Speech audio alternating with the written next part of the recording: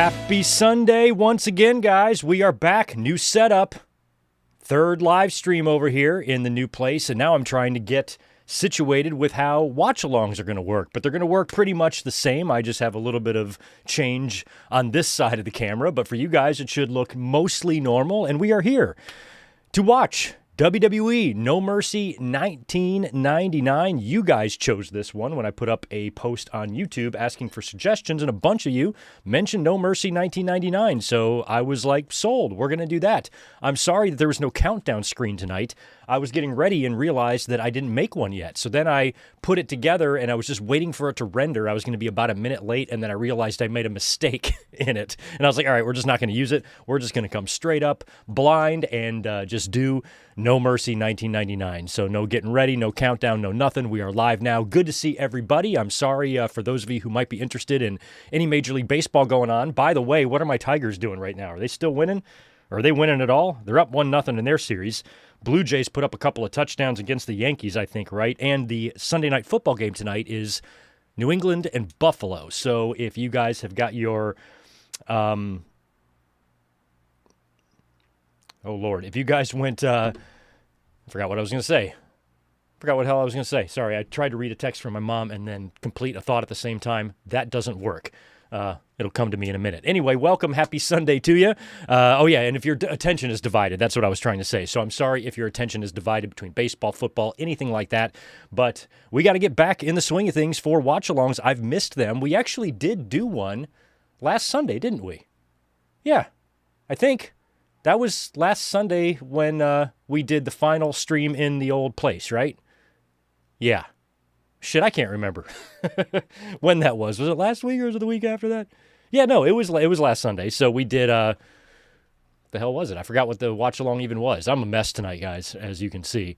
What the hell was that watch-along that we did? Yes, WrestlePalooza, that's right. We did do WrestlePalooza. No, that was 2 weeks ago. That was 13 days ago, so we did skip last week because life was busy over here, getting situated and stuff. But anyway, we're back now. No Mercy 1999 it is. You guys chose it. And I got to tell you, it took me a while to find it on Peacock because there's like NXT No Mercies and stuff, and I couldn't find it anywhere. I was getting nervous. So I actually went to Google.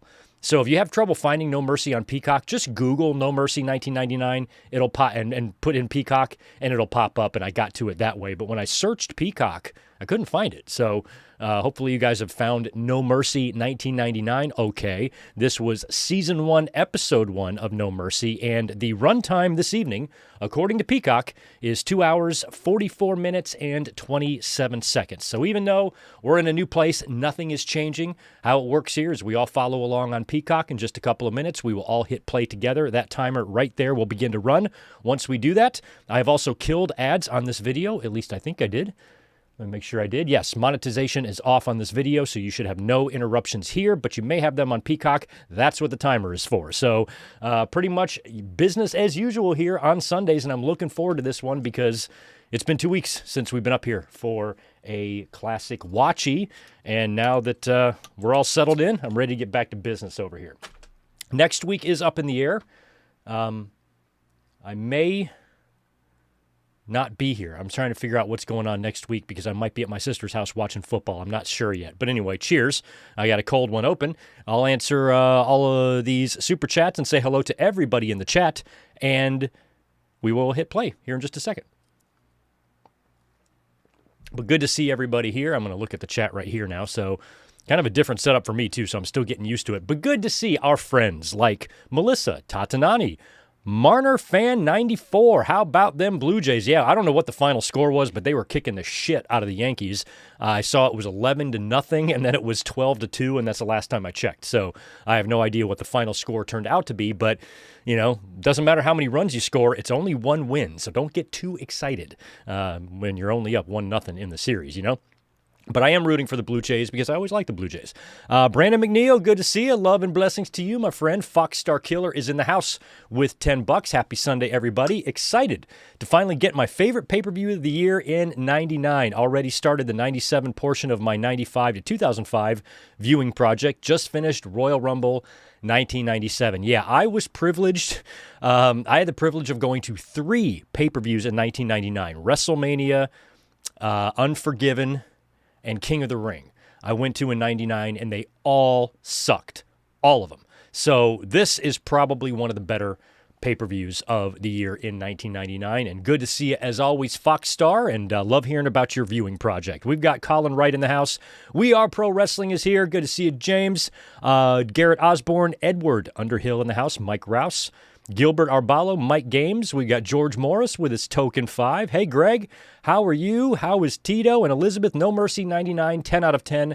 How about next week, No Mercy 2000? Or 07, what happened to your DVDs? All my DVDs are packed away and in storage. I went with a much simpler setup now, so if I had my DVDs here, I'd pull out No Mercy 99 and I'd set it right back there like we did in the old place, but they are all very, very carefully bundled up into large containers, and I've got them in storage with a lot of my other collectibles because we just don't have that type of space here. If I would have shit piled to the ceiling. So we rented a storage unit just to shove a bunch of shit, and we really, really like it here. But unfortunately, this is going to be the background now and not the big library of DVDs that I used to have. But I still have them, and once I purchase a house and make a man room or man cave, I'll have them all displayed again. But this is going to be the setup for a little while. We'll talk later about Tito, but Tito, I had to take him to the vet. He's not doing great. Tito has been diagnosed with diabetes, so I am now giving him 2 injections of insulin per day for little Tito, and I have to shoot him right in the back of his neck with insulin, and he's going to need that for the rest of his life. But other than that, we're all doing fine, George. Thanks, as always, for asking. We've got... Who else have I not hit? Ray Frand, good to see you. Zane G, T85, good to see you. Ricky Zalvadar as well. Ramon Coffey and the Juliet is here. We've got It's Robert, good to see you. And Zane G's got 5 more. Today is the anniversary of Brian Pillman's death. Yes, it is. I remember October 5th. It always sticks out in my mind every single year. Also the anniversary of the first ever Bad Blood, which coincided with Brian Pillman's death. And last year, whenever that CM Punk and Drew McIntyre match happened, that was also on October 5th. But yeah, October 5th always sticks out to me as the day we lost Brian Pillman. And it's been nearly 30 years, and it's still, that one shook me, man. It really did. And today is the anniversary of that. So thoughts go out to, Brian Jr. and the whole Pillman family. And I think Brian Pillman Jr., Lexus King, lost a brother this week as well, I believe. So, Brian's gone, Melanie's gone, Brian Pillman lost another brother. A shame. Long live Brian Pillman. Scruffy Nerd in the house, good to see you. Alan Carter, Serge, and the Juliet hooking up Paul Hanley with a channel membership. Thank you for that. If I missed anybody else, I will get to you. Thank you so much for being here and saying hello in the chat. I appreciate it. And I think it's time to get rocking on No Mercy. It's already 12 past the hour, so if we start this show in the next 3 minutes, you guys will not be awake later than what? 11? Something like that? Okay. All right, here we go, guys. Let's get our fingers ready. This is different for me now. I did not do any practicing with this new setup, so just bear with me here, but it's gonna work largely the same way, except my fingers are gonna have to be over here now. Ooh, this could get tricky for me. Okay, I can do it. It's just it's all about positioning, It's all about positioning your 2 fingers to hit play at the same time, but I think I've got it. Okay, so you guys know how we do this here. We're going to go 3, 2, 1, play, okay? All right, let me get locked and loaded here. No Mercy 1999. Let's do it. Let me get my volume on, and we're good. You go 3, 2, 1. All right, I'm just checking the my volume, and all right, we're all looking good. Cool. All right. Here we go, guys. Ready for No Mercy 1999. 3, 2, 1, play. Perfect. Oh, I nailed that perfect. All right, here we go. This week, I'm also going to work on the stuff behind me. I want to stain the shelves brown, and I want to work on the LED lighting. It's a little too bright behind me, and I got to work on some lighting in here, but we're working on it. We'll get there. And this is nearly the end of Steve Austin, too. As you remember, at the next pay-per-view, this is his last pay-per-view match until the next year's No Mercy, is it not? Because at Survivor Series, he's going to get run down.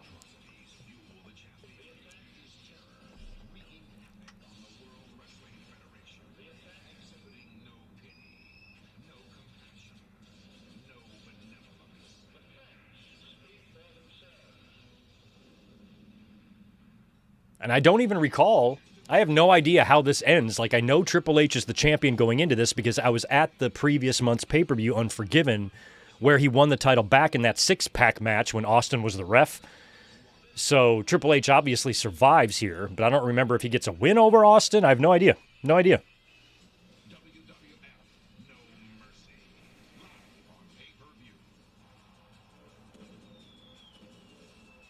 I just moved in with one of my friends. I worked with her for a few years in restaurants, and we had a big flood in the town that I lived in, and I was looking for a new place, so I moved into her house with her.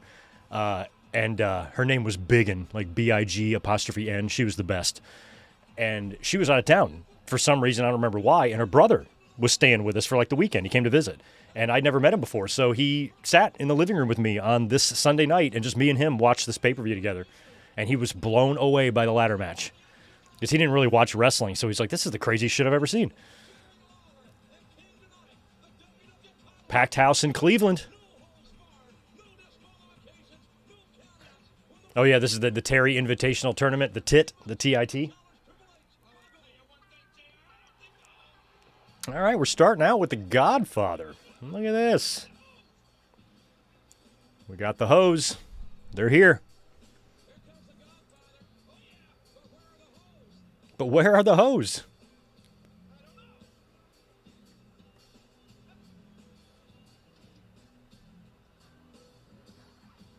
The hell's that noise?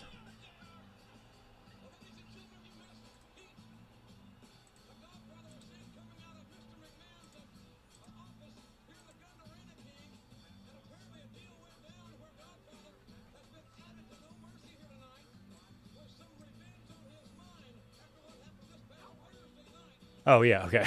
I was like, what am I hearing? Sorry, I'm still working out my technical kinks here in the new place. Nice little array. Nice little array and variety of Hoes there the Godfather has. Local gentleman's club talent there.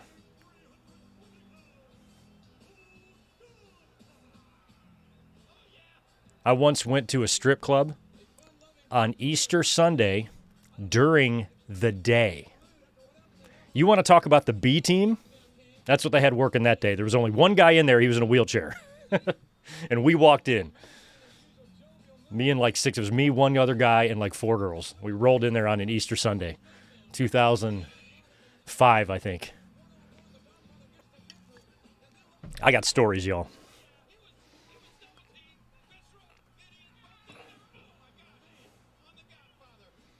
Since it was Easter, we thought we'd go to the strip club and we would hide some eggs inside their... never mind, never. You get it. You understand. The Hoe train. I love that the Hoes are perfectly fine with being called Hoes.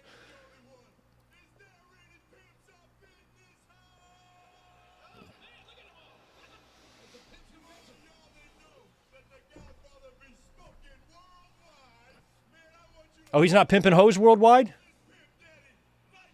He's smoking worldwide. I don't recommend that. I don't recommend smoking worldwide.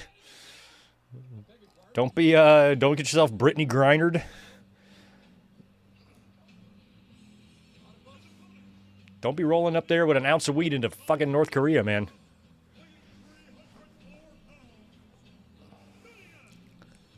So, is Midian and Viscera... Oh, it's Midian one-on-one. Who's going one-on-one with a Midian? And then Viscera's backing him up. Okay. So it's Henry O. Godwin and Mabel. No, it's Phineas I. Godwin and Mabel. Whoop, there it is. Suey.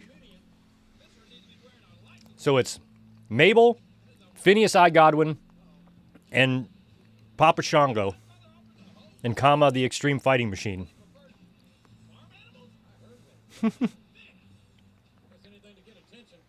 And Kama Mustafa also. What is this? How good was the Tony Storm and Chris Statlander promo from Collision last night? Did you see that? Loved that.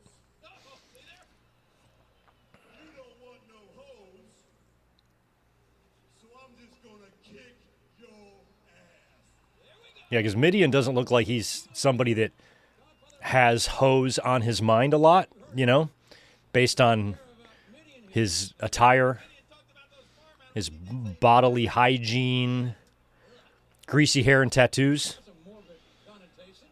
I think hose is like down on his priority list.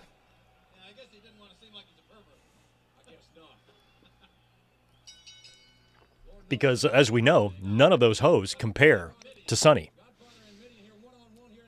Mideon's true love.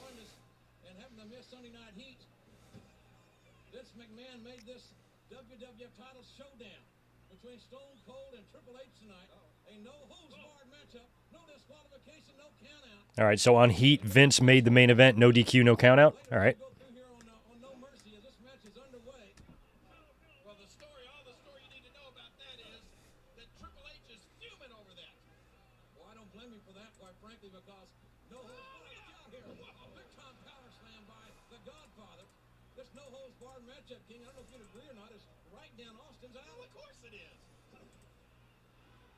To the ribs by the Godfather. This match will be a physical matchup between two huge men.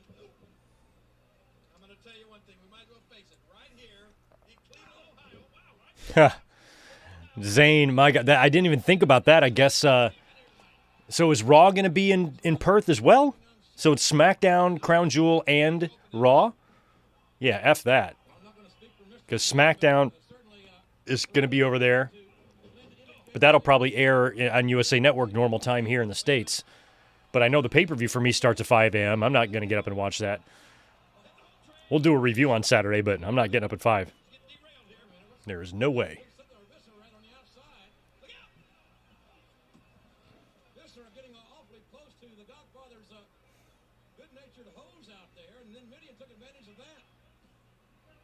Interesting pay-per-view match to open with here. Mideon with Viscera backing him up, taking on the Godfather.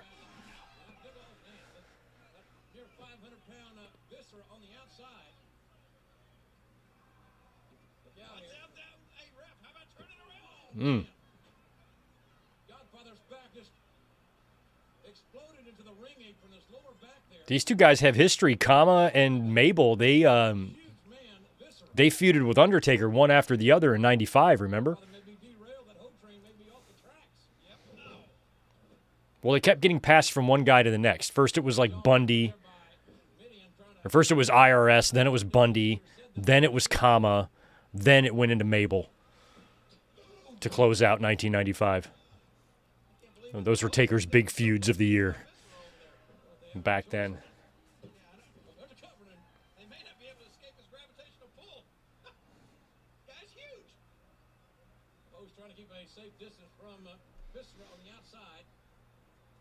Oh, yeah, tonight, this is the last night for Jeff Jarrett. I completely forgot about that. I forgot that this is the last night. It was weird, too, because they wrestled the previous month. I remember the Jarrett and Chyna match, right, and Unforgiven, and then this was like Good Housekeeping or whatever it was.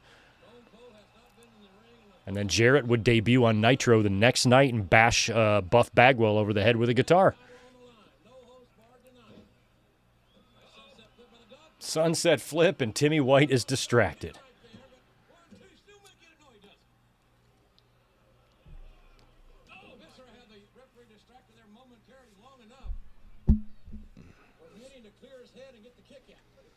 Wade, good evening. Buddies and I used to order all the Attitude Era pay-per-views, but we did not this one. To this day, I don't know if I've ever seen it all the way through. Interesting, Wade. Yeah, me and my buddies did the same thing, but we never missed one. I went extra psycho about it. I recorded everything. At one point, for a couple of years there, I had 2 VCRs hooked up to my TV. So my one buddy would bring over his own tape, his own blank tape, and we'd put 2 tapes in and make 2 copies of the show. It was awesome.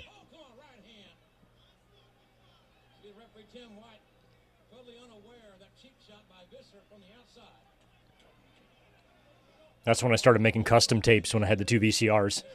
I could make custom tapes of matches and do tape trades and stuff. Those were the days.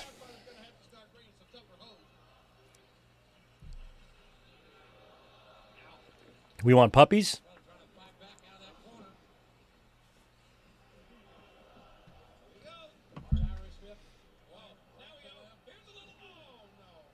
Yeah, that is true. We do have a lot of BSK in there, although not Mabel, but naked Phineas and Kamashango over here.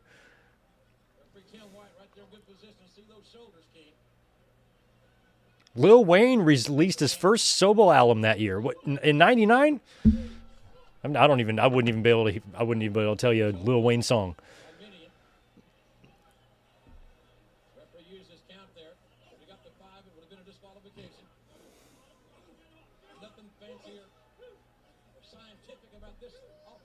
Yeah, I guess, I think Collision went a little early. I think our podcast yesterday overlapped just a little bit with Collision, about 30 minutes.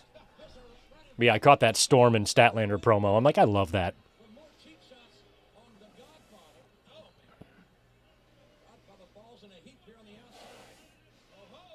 I hope Undertaker doesn't forget his gear, otherwise he's going to have to wear those neon green pants. I keep thinking the back of Road Dogg's jacket is like a Mortal Kombat, like, logo or something.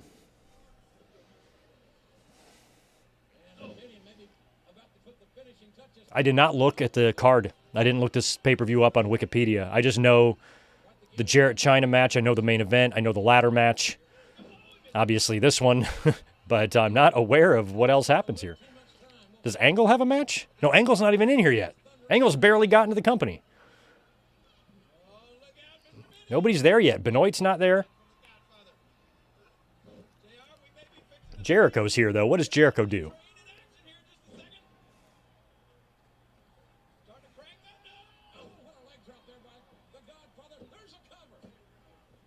I think Jericho's off this show, too. I'm not sure Jericho's on No Mercy. I think this is one of the shows that got Jericho a little discouraged in the early days. I think he's talked about this one. He was kind of like a healthy scratch or something. I remember him having an interview talking about that. Or maybe it was one of those stupid documentaries.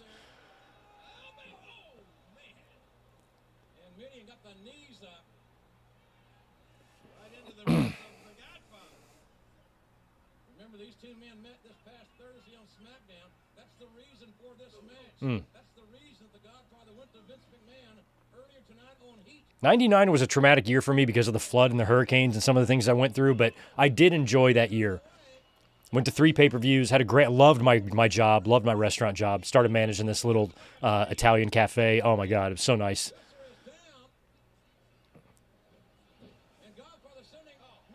Worked there for like 4 years, really enjoyed it. Or 3. Here's the Ho Train.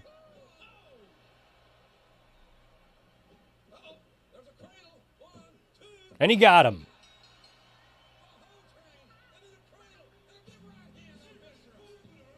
All right, the Godfather just beats Midian here. I mean, the Ministry is not much left because Undertaker is gone. He's out injured. He won't be back until next year with the badass gimmick.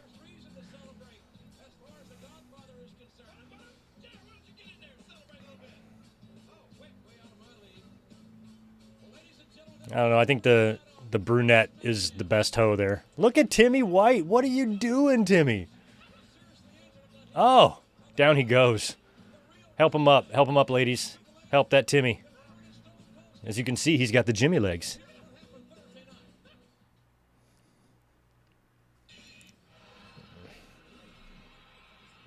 Oh, yeah. Is that when, like, Triple H got bit in the face by a rattlesnake or whatever?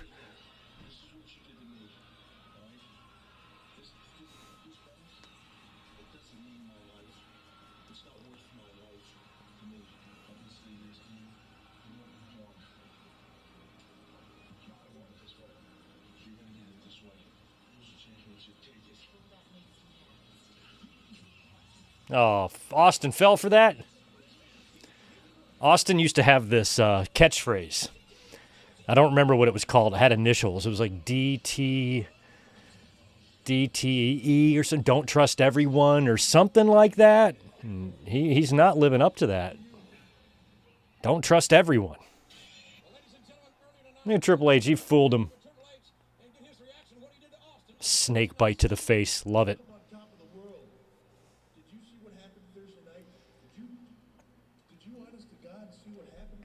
I just hated when Triple H wore that hat. I always think of him in the car with Stephanie when he, like, married her.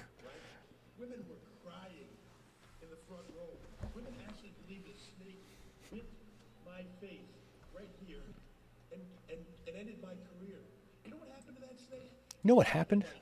Just like rattlesnakes do, they try to bite you. What I did is I ripped its head off and threw it in the trash, just like I'm gonna tonight. The fact of the matter is I pulled the wool over everybody's eyes, including Vince McMahon. Vince McMahon, the man with the balls the size of grapefruits, stood in the ring before me and said, "I'm so sorry, Triple H. I'm sorry, I didn't know." What a maroon. He's the biggest idiot. He's not the biggest idiot. You know who the biggest idiot is? Austin. Because I walked into that dressing room, I stood face to face with Yeah, I kind of didn't put that together that China was with him during that last segment. And that was kind of the end of them because that Vegas segment with Stephanie is about to happen. put the boots to him. He's the biggest idiot walking. Well, Triple H, with that said, you angered a lot of people on SmackDown, including the Texas Rattlesnake. Yeah, I angered a lot of people. The fact that Michael Cole is sitting there not getting his ass kicked for those frosted tips really annoys me. I have a clue as to what I'm doing. Like, why wouldn't Triple H just immediately slap him as hard as he could if he saw those? I mean, I would. Pissed off he's ever been in his life. Like, you can't frost your tips and expect not to get your jaw slapped. In front of the world. This is the maddest he has ever been in his life. And sure, he's gonna come out there all full of himself. And he might get a few shots in on me, you know. He might give me a little rough time. But the reality of it is, when it's said and done, I'm gonna walk out the WWF Championship with it around my waist. He's going to walk out with the WWF Championship around his waist. He probably won't, though. He'll probably carry it out. He'll wear it to the ring around his waist, but if he wins the match, I don't think he's going to put it around his waist and walk out. I don't think he's going to do that. Michael Cole is standing by, we understand, with the WWF Women's Champion. Still got the old WWF logo right there. Look at Ivory. Everything to be defending the Women's Championship against WWF Hall of Famer, the fabulous Moolah. I don't care about Mullah's I mean, she's probably 40 years old here. She looks great. enough of it to fill an encyclopedia. Listen, those two old ladies, Mullah and Mae Young, obviously have a trouble remembering things because they haven't been able to find their way back to the home. Well, I am here tonight to deliver a message that they will not be Oh, able no. Is this a handicap match? I am the real, the one and only women's WWF champion. They're never going to be able to forget it. Ivory is hot. Doesn't Moolah... Oh, no.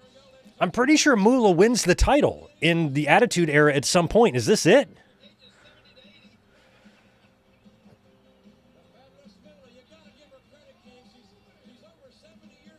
Okay, so it's Moolah, not a handicap match. It's just Moolah. Look, I mean, Moolah is... She's wearing her ring gear. She looks the same. Moolah has always looked like she's 80 years old.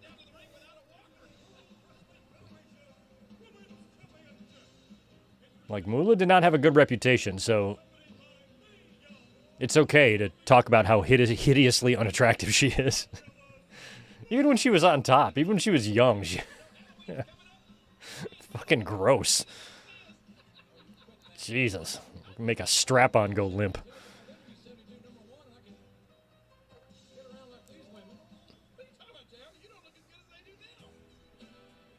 And I did give them props, though. I mean, they're, to me, even more so than, like, Briscoe and Patterson, because Moolah, and Mae Young especially, the bumps they were taking, the shit they were willing to do. Here comes Ivory. Oh, this is so much better than the right to censor, which will be next year. She's still hot Ivory here.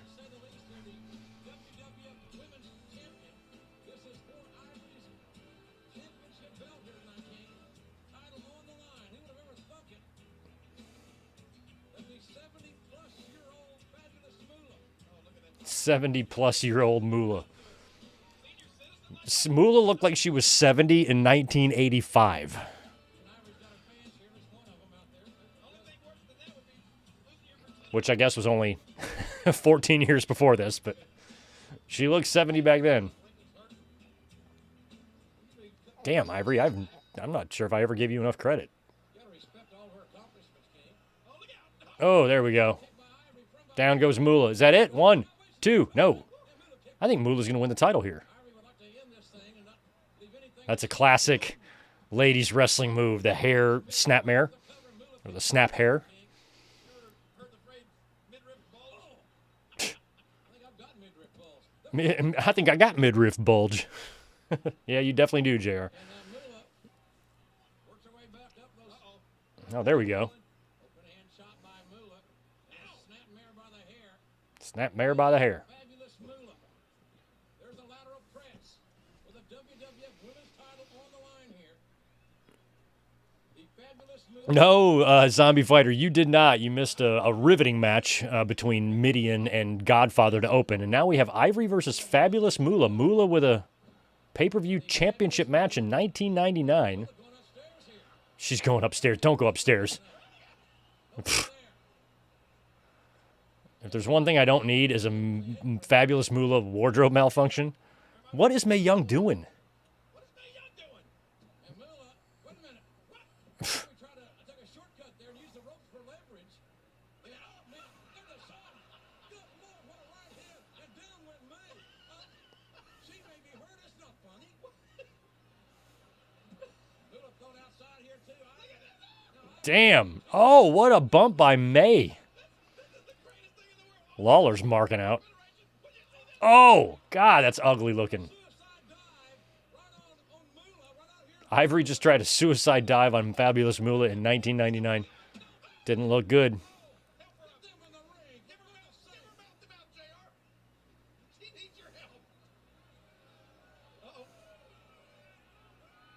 Oh, there she goes, over the top.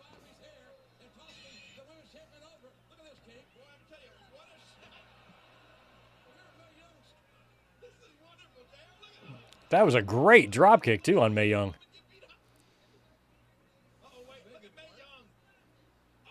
Oh, no, down she goes.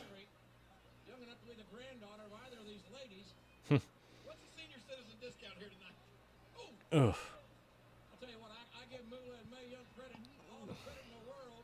So far, Mae Young has been more physically impressive in this match than Moolah, and Mae Young's in a pantsuit. Got that title belt. Ivory with a look at Mae Young. What is Mae Young doing? She's involved in this thing. It might as well be a handicap. Oh, my God. Oh. Oh, this is going to be the finish, isn't it? She's going to roll her up and win. Yeah. Yeah. Moolah has just won the title. And Mae Young took more bumps than anyone in that what had to have been a 2-minute, 30-second match.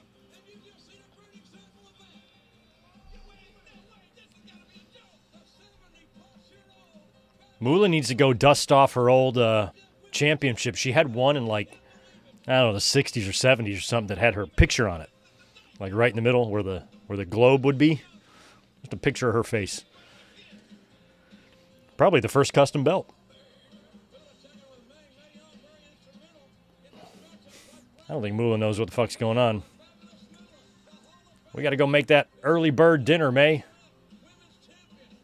She yanked it out of her hand. Moolah just comes off such an asshole.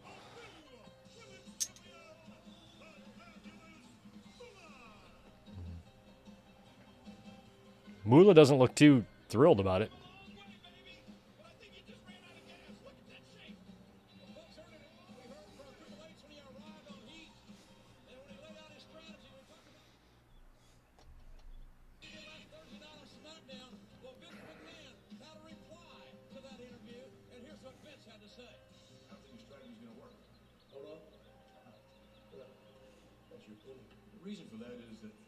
Oh, Vince is kind of baby here. I forgot he was babyface.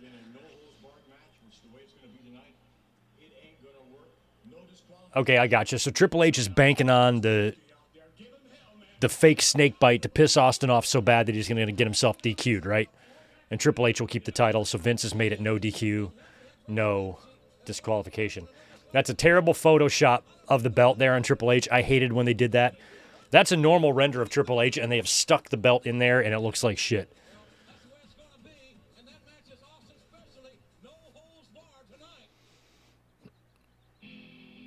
Oh, you didn't know. I didn't know. I'd rather text somebody than call somebody. I had a conversation on the phone with a person the other day. I don't recommend it. It's not fun. Just text if you can. I'd like talk to a human and ask it questions and shit. It's not for me. Not for me.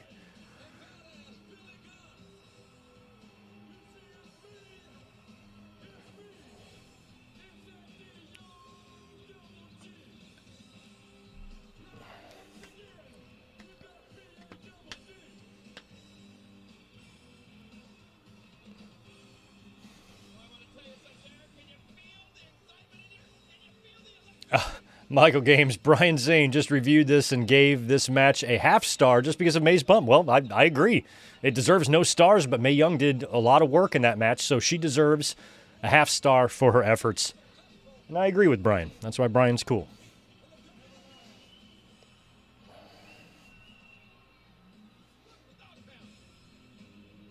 By the way, we're getting close to Survivor Series, so if anybody is going to be in San Diego, let me know. We will meet up before the show.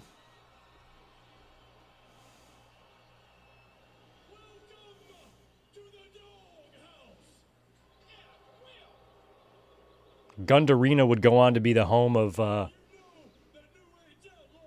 lot of big shows in WWE. They had a SummerSlam there a couple of years back. This show, a lot of big Raws. When Austin beat Kane for the title after King of the Ring, when Mike Tyson joined DX, the WCW buyout, the simulcast, all that took place in the Gundarena.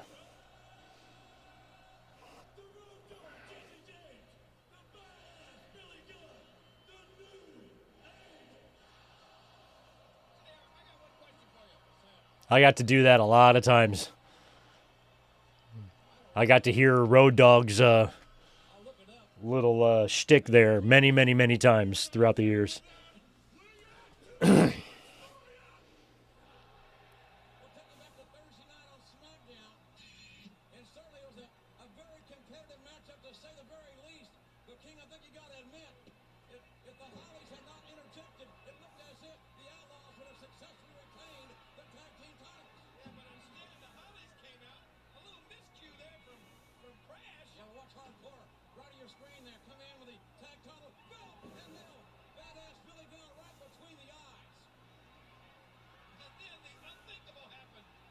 Oh, it's the Rock and Sock Connection champs?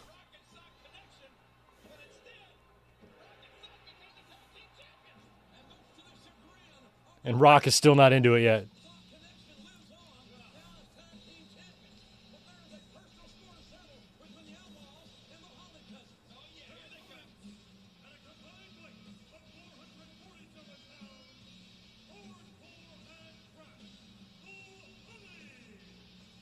Little crash with the scale.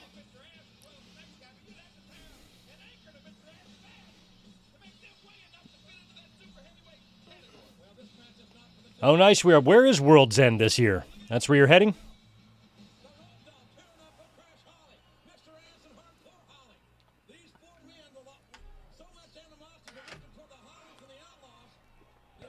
Oh, same building as CM Punk's first UFC fight. I think I'd forgotten that.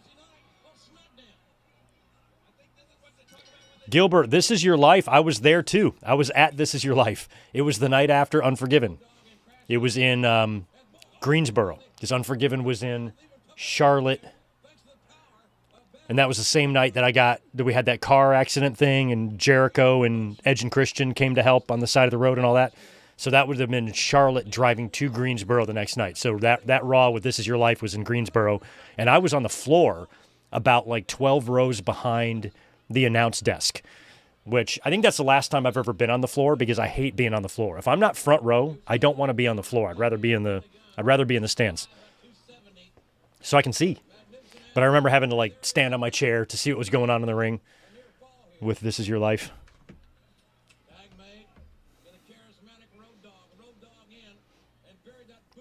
Poontang your ass on out of here.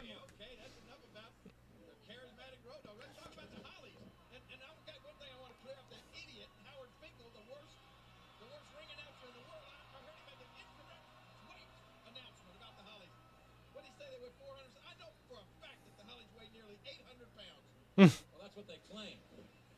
Well, you think they lie? Well, they may exaggerate a little bit. With his right hand, the left hand, I should say. There you see it.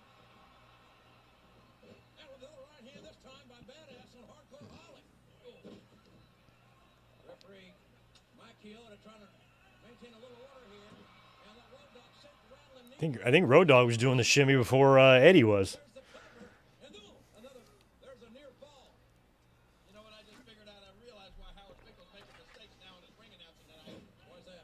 He's just recently become the property. Oh, look out. The personal property of Kurt That would make a guy change his attitude.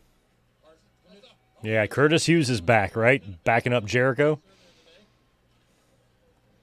Oh, okay. Now Arena in Chicago. Cool.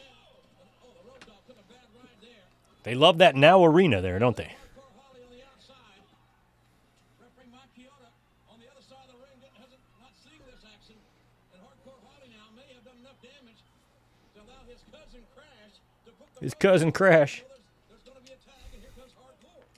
Yeah, tell me I was dreaming a while ago. Fabulous Moolah is not really the new WWF Women's Champion, is she? Yes, she is, King.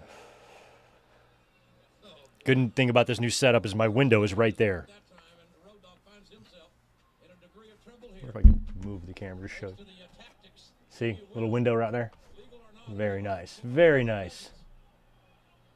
Loving the new cubicle. Tell you what, these Hollies, they keep from fighting each other. They're a pretty darn impressive tag team in my book. Oh, yeah. I know that this match is not about a title, but we've already seen one title change hands tonight, and now thanks to Vince McMahon and that new rule change, we'll probably see another one in the Austin's match. Look at the power of H. Oh, yeah. Okay, so Punk walked out of WWE in the same building that he had his UFC debut in. That's kind of cool. I think I knew that, but I'd forgotten. That's got to be another Road Dogg kicked out. That Road Dogg is a fighter. He will not stay down. And Hardcore Holly, that beautiful vertical suplex. Stay down, you hound. Holly the dog. Road Dogg. Is this a #1 contenders match or anything? Like, what's the point of this match here? Tremendous upper body. It's not a tag match. And I'm pretty sure I remember another match now too. I'm pretty sure Rock works Bulldog because Rock would be on the show. They wouldn't not book him. So this must be the show where he works against the Bulldog. Momentum. Lisa's trying to build some momentum. Got pulled down by his hair.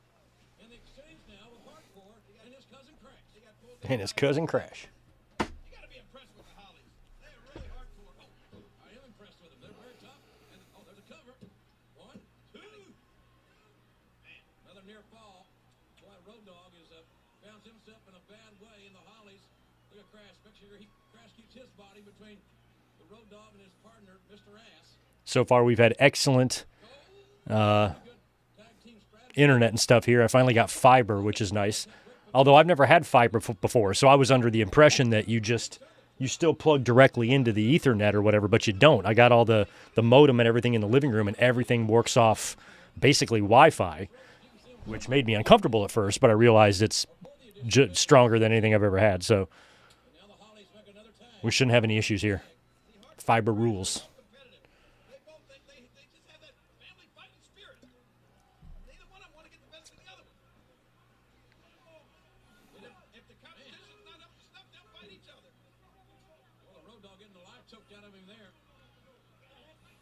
Who was it? Was it Zane? Who was it that asked earlier about next watch along? They mentioned No Mercy 2000. I think we did that one Slammed by Hardcore Holly. because that's when Angle won the title, right? I'm pretty sure we watched that. Tag in the worst way here. Badass Billy Gunn is popped and ready. But the Hollies are saying something about that. Hollies done a great job of segregating this tag team. Look at it. It does keep you regular. That's true. The waiting for right I've always been regular. there. The break of some of Hardcore's teeth. Road Dogg had the wherewithal. Get that foot up and stick it right in. Mike Rouse, I haven't done a speed check since today, but my upload speed is in the high 400s, which is fantastic, and I think upload speed is a little bit higher than that. So, or download speed. Upload speed is in the 400s. Download speed is higher than that, which I think is good. Crashed into the wall there. And look at Crash. He moves so fast for a super heavyweight. Oh, yeah. Crash the drop kick right in the back of the head of the Road Dogg. You ever seen a 400-pounder move that fast? Oh, I really haven't. Watch the speed and agility. Another tag. Several tags. Oh, Tito's here. He's drinking some water. I'm going to see if I can get him to jump up on the table and hang out with us. Again, it was scheduled to be for the tag team titles. Ooh. Anthony, Wrestling Classic from 85 or the big event from 1986. I'd be into both of those. Maybe as a members only or a special one. I'm not sure if those would be 3 hours long. I had. It's not displayed behind me anymore. I only brought a handful of VHSs just to put up here as, for fun. But I have the big event, and I have the Wrestling Classic on original VHS. The big event is in a clamshell, and I'm not sure if the Wrestling Classic is or not. in tag team matches, but that's just my opinion. I don't know whether or not these tag team matches with that idiot Mankind. Oh, look out. Here we go. Road Dogg building some momentum, and what a drop kick. Wow, that was beautiful. Good drop kick by Bobby. On the face of the Road Dogg. Come on, Derek. Clap your hands. Give him his props. Tremendous drop kick by Hardcore Holly. And Holly, after there's Mr. Ass made sure that the 3 count. Yeah, I don't really know about the download speeds and everything, but I know that I know what's good and bad. I think that's fine. My download is in the 600s and my upload speed is in the 400s, so I'm pretty sure that's real good. Crash Holly with another knockdown Hey, buddy. on Road Dogg. Road Dogg Hi, finds you want to come up and hang out? the way the Road Dogg's been Yeah, hey. isolated. T. Several tags by the Hollies. Here. All the while keeping the Road Dogg isolated. Oh, sorry. I certainly did. You heard it too. You're just still real. There you go, buddy. You want to say hi to everybody on the camera? See? He's like, no, Dad, I don't. I am a little bit amazed, frankly. All right, buddy. Road Dogg reaching for that tag, instinctively reaching for the tag, and again Hardcore Holly. That's it. We know that badass Billy Gunn has got a short fuse, and he looks to be about ready to erupt here. buddy. Talk about his short fuse. Excuse me? His temper. Want to stay and hang out? You can't really be seen on camera.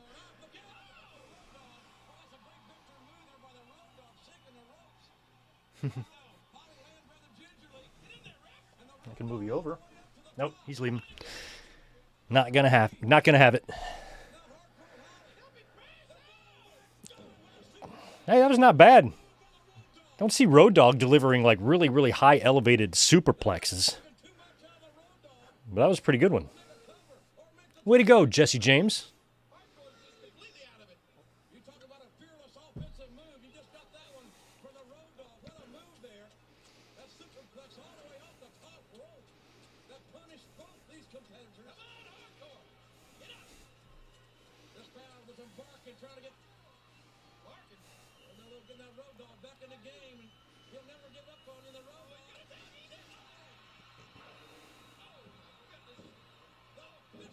Yeah, Bob Holly had a tremendous dropkick. He had one of those dropkicks, though. There's somebody there's a modern wrestler that kind of does one like him. He basically does like the backflip dropkick. He dropkicks you, and then he uses the kick to kind of backflip off. Which those are very awesome, but I still think I prefer like a Brunzell or even a Randy Orton dropkick.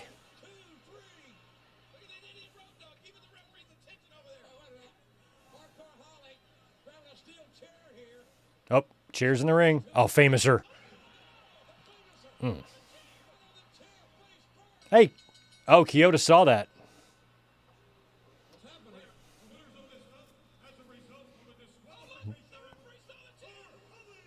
The Hollies. Yeah, you can't famouser people on a chair. Good call, Mike Chioda. You did the right thing there. You can't be a rule breaker. Stupid outlaws.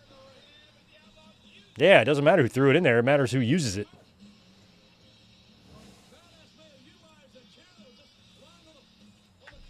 Up. Hogan must pose.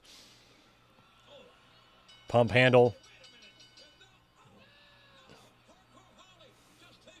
I don't know why Road Dogg does the little thing during the pump handle. I mean, that's totally fine if that's what he's into. I support him.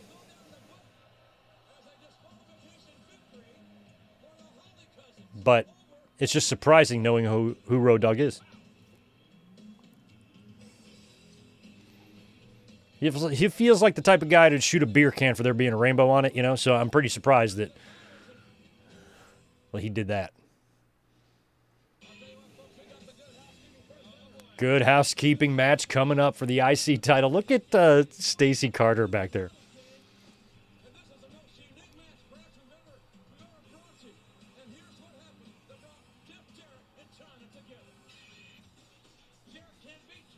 Okay, Unforgiven. This is the match I was at.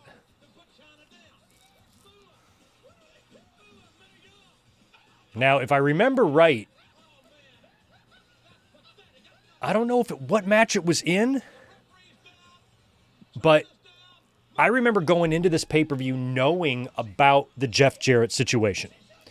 So I don't think anybody quite knew that he was going to be on Nitro the next night, but you knew he was leaving the company. You knew something was up with his contract, and I knew for sure going into this pay-per-view that it was Jarrett's last match. But they did. Okay, this was it. Okay, it's not here. It's okay. I'm trying to remember. So what I think happened here, I remember the false finish. So I'm pretty sure that at Unforgiven, we were thinking, because Jarrett's leaving the company was already making the rounds. Like, people knew about it. So I think at Unforgiven, we went into that match thinking that Jarrett was going to drop the title because his contract is about to be up. He's going to leave.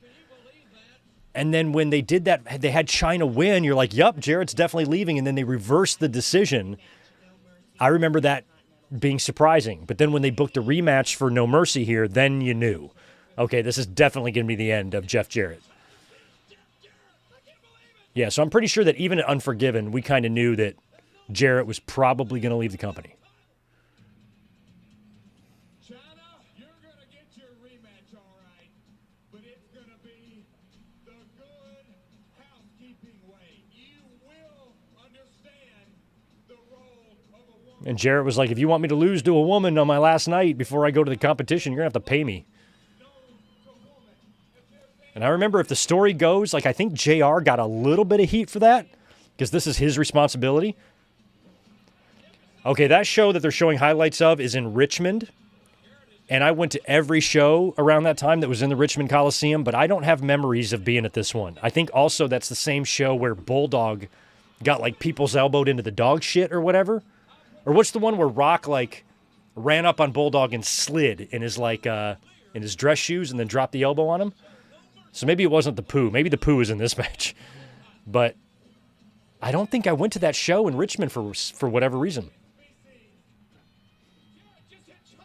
There was another one a few years later with Brock and Hogan where Brock, like, wiped the blood, and I didn't go to that either. And I don't know why. Richmond Coliseum was cool. There was, like, this mall kind of across the way from it, so you'd go over there and hang out, get something to eat. You'd always see wrestlers in there and people at the show. Look how hot Chyna is.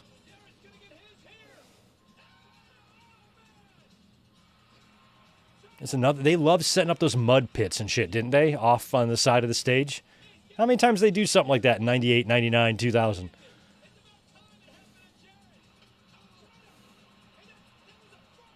What pay-per-view was it? I think we watched it. What pay-per-view was it that we saw Little Miss Kitty's?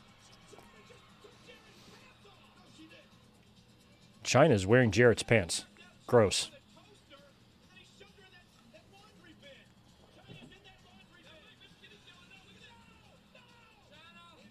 Oh.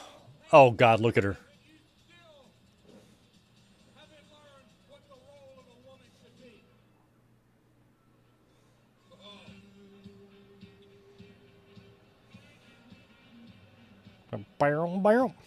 All right, Jeff.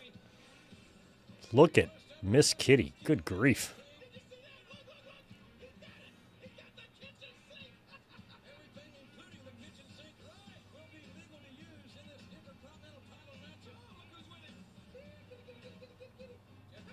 Lawler.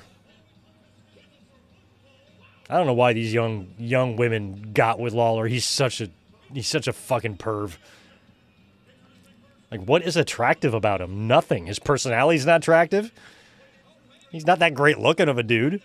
Just average looking dude. Doesn't have a wrestler's body. He's not all muscular. He just looks like a dude. Just like an old dude.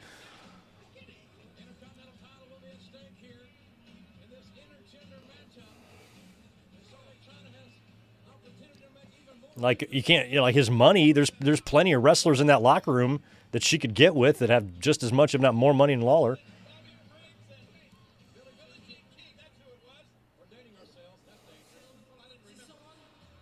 She's coming out to Triple H's music, too.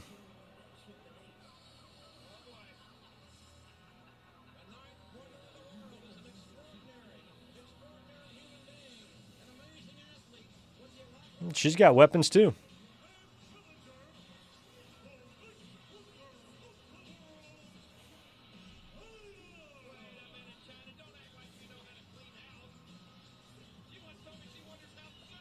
So she just has a broom and a trash can. Thanks, Chris. What's up, bro?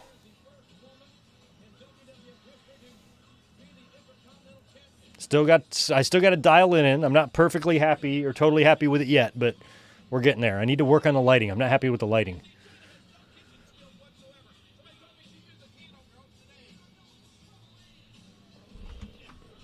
Are we crooked? I feel like we're crooked.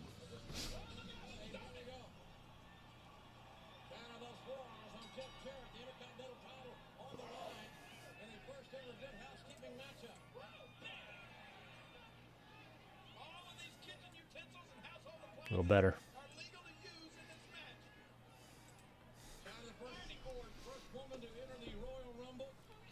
So they got a I didn't even see the table full of goodies over there. They got a microwave and a bunch of food. There's an ironing board. There's an urn of tea. That's something I don't miss living out here in California. Like when I lived in North Carolina, I've worked in restaurants my whole life. So, if you're opening up a restaurant in the morning, you got to brew like 5 urns of sweet tea. And out here, they don't even drink it. We brew 1 urn of unsweet tea, and we throw 90% of it away every day. Sometimes somebody will order an iced tea. We order a few. We get a few Arnold Palmers, but ultimately don't sell any tea at all.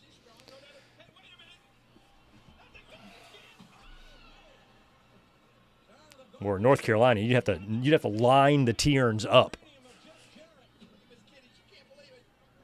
and then dump pounds of sugar in it.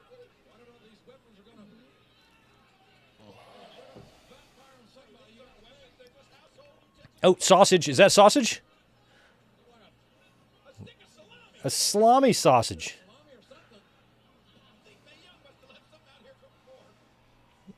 Lawler.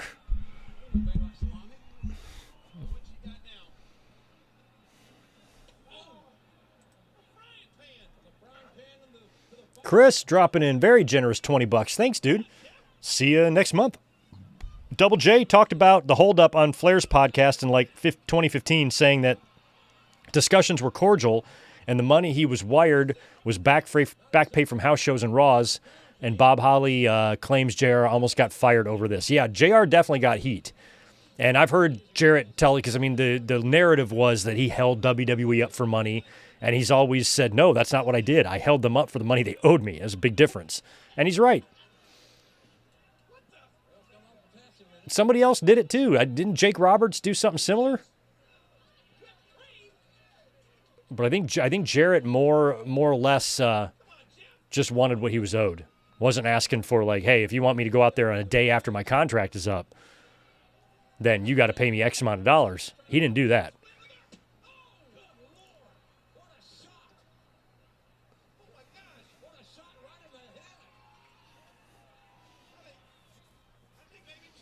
And Russo and Ferrara had just bounced. They had just left, so Jarrett was going to go follow them. They got a fan,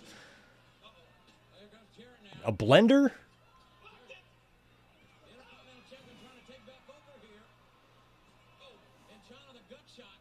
a toaster I think I see on the floor, more sausage, not the pot.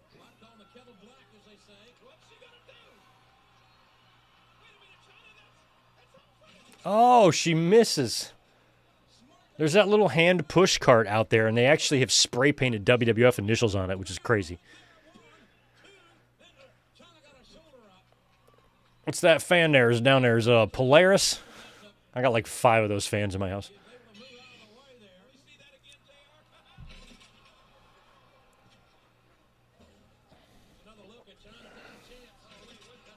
Just Smitty. I never had an N64.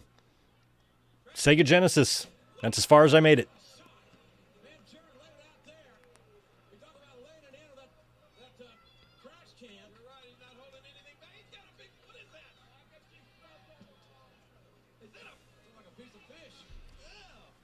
Young Savvy or Young South Wavy Network. I would love to get back into the This Day in Histories because those would be really good for YouTube Shorts and a lot of other things. So I need to get back into those too. I've actually had those on the list for a while. They were fun. I'll continue to do them. I promise. They will come back.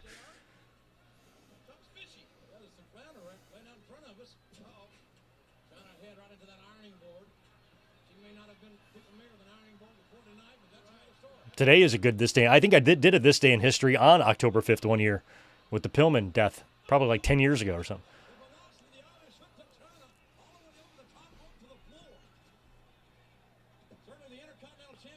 Oh, what do we got? Eggs? Eggs, flour. Oh, we're going to bake something. Got to put the cream in there. That's way too much. You guys are not doing this. The thing about baking is you can't just eyeball it. You can with cooking. Cooking, you can add as much as you want. But with baking, we're talking formulas. You can't fuck with the formula. If it says a cup of flour, it's a fucking cup of flour, man. Not a cup-ish of flour.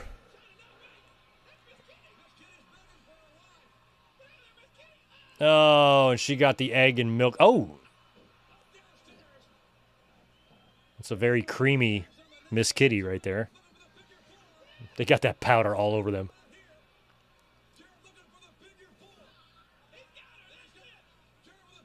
Figure 4.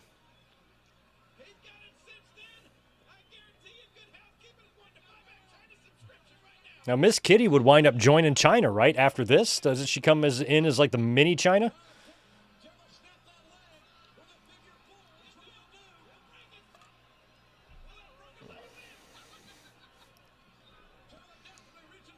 God, Miss Kitty probably can't wait to get back and wash that shit off. She got cream and egg on her, all over her hair.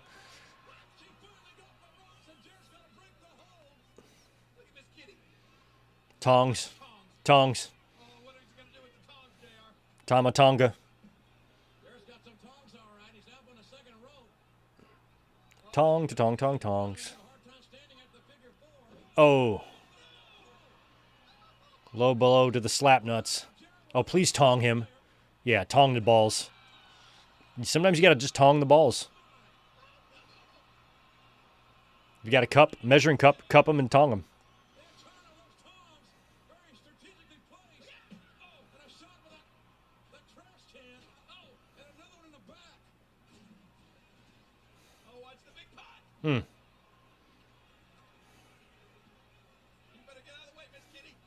Pies. It's pie time. Oh.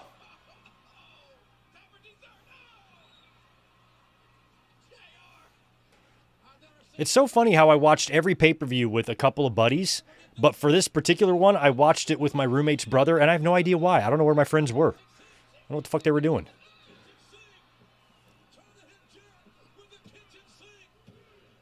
Kick out. Kitchen sink did not do it.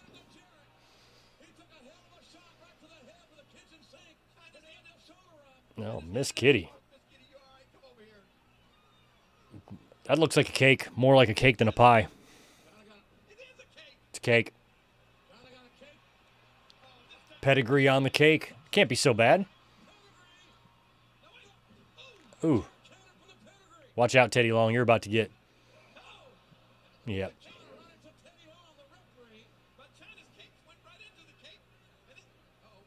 Jarrett's got that shit all over him.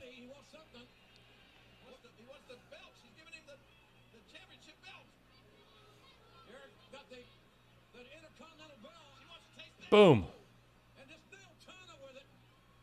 So, you know, maybe this is the false finish I was thinking of. It is. Okay, so it wasn't. So they're going to do something to reverse it here. I was getting the two false finishes confused. So this is definitely it then. Because I remember watching this and be like, oh, maybe he's not leaving. But word on the street that was he was leaving. So I don't know how this gets reversed even. This makes no sense because it's a good housekeeping match. It's no DQ. Oh, okay. You can only use household items. So that's why he couldn't use the belt. That's kind of lame. I would not have gone through all this. This was WWE trying to fool the fans who read the sheets. I swear the only reason they did this finish is because everybody knew going in that this was going to be Jarrett's last night.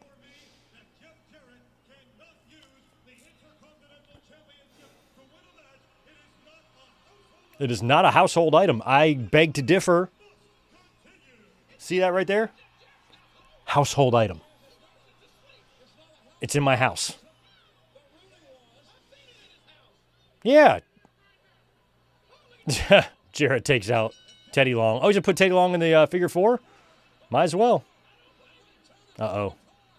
Oh. And that's it.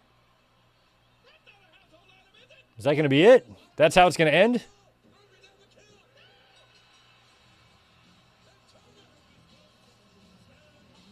I mean, I have a belt in my house, but I don't have a guitar in my house. So that means China should be disqualified. What a weird finish to do.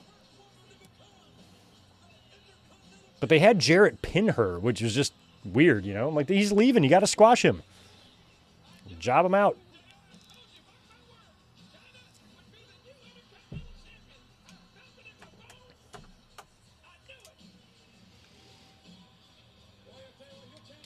China has won the Intercontinental title.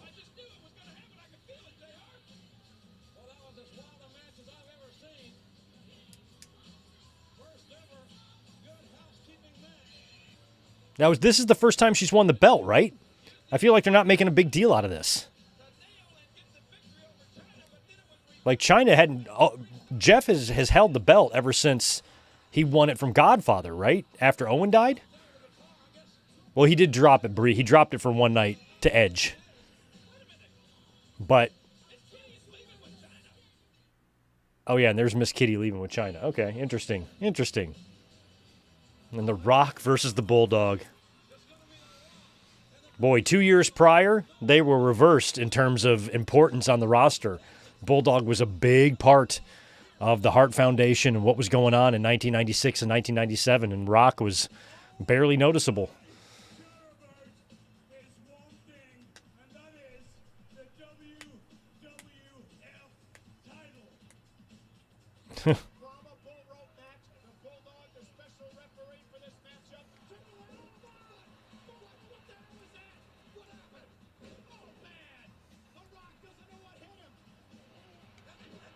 Yeah, and I love seeing Bulldog in his old gear, but I don't think he would wear it past Unforgiven.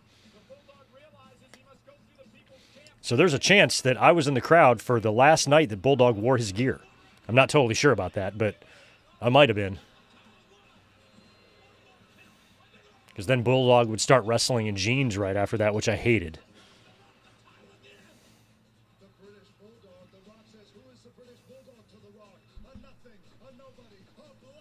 Yeah, that highlight of that show, too. I was at that show, too. That was in Greensboro. And that's the Richmond show, this one right here, that I'm pretty sure I was not at. I might have been, but I don't think I was. I have no memories of it. It doesn't matter. If The Rock counts to 3. That was the best. Yeah, that one. I may have been in the crowd. I don't know. But I don't think so. I think I missed that one.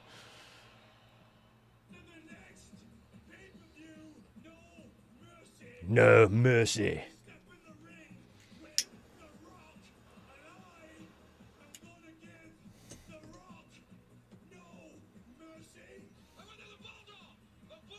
And Bulldog was really physically just kind of a shell.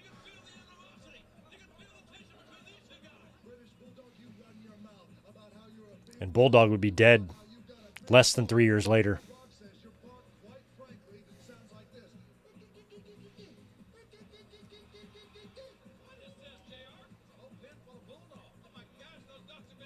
Oh, yeah, there's the dog poo.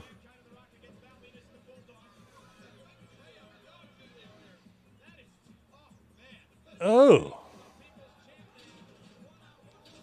I wonder what they used for dog poo. That's got to smell like shit. Like awful. Oh, in the dog poo. The dog poop. It's all splattered.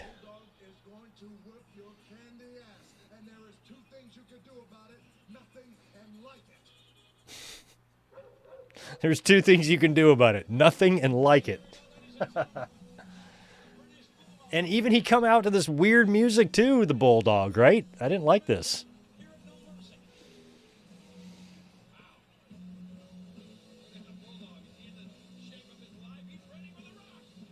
I mean, he's in good shape here, but he should have never left, you know? He just briefly left, went to WCW, then came back.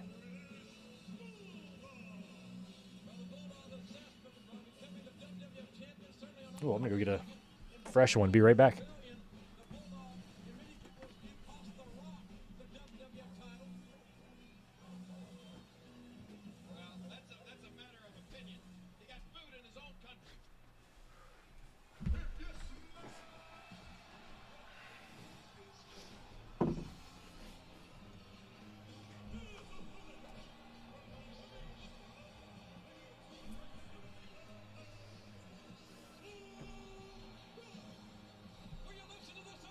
The Rock's getting the ovation. Gotta work on my camera a little bit.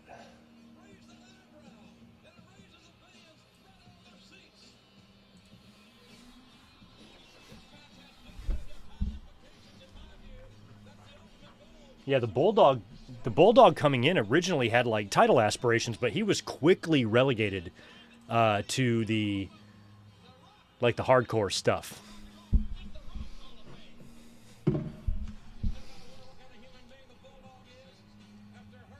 Pardon me while I fuck around with this camera a little bit. Still trying to dial it all in. There we go, it's a little better. I told myself too, I was like, you know, my first 5 live streams I'm going to be fucking with shit. Just to kind of keep practicing.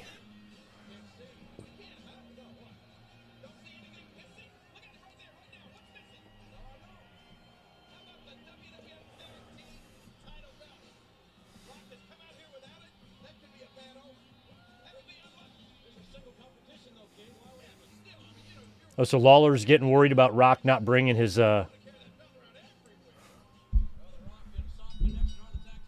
tag titles with him. All right, Rock versus the Bulldog.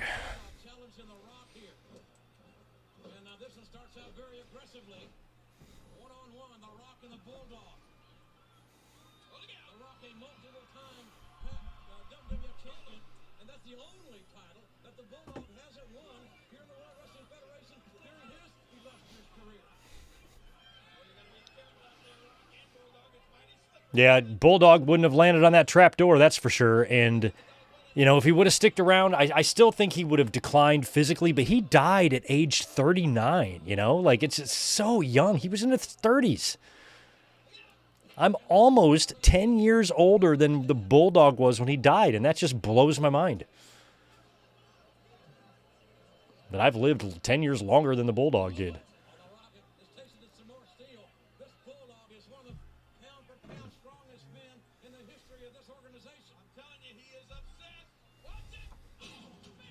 Yeah, and he's got to be careful with those bumps, too.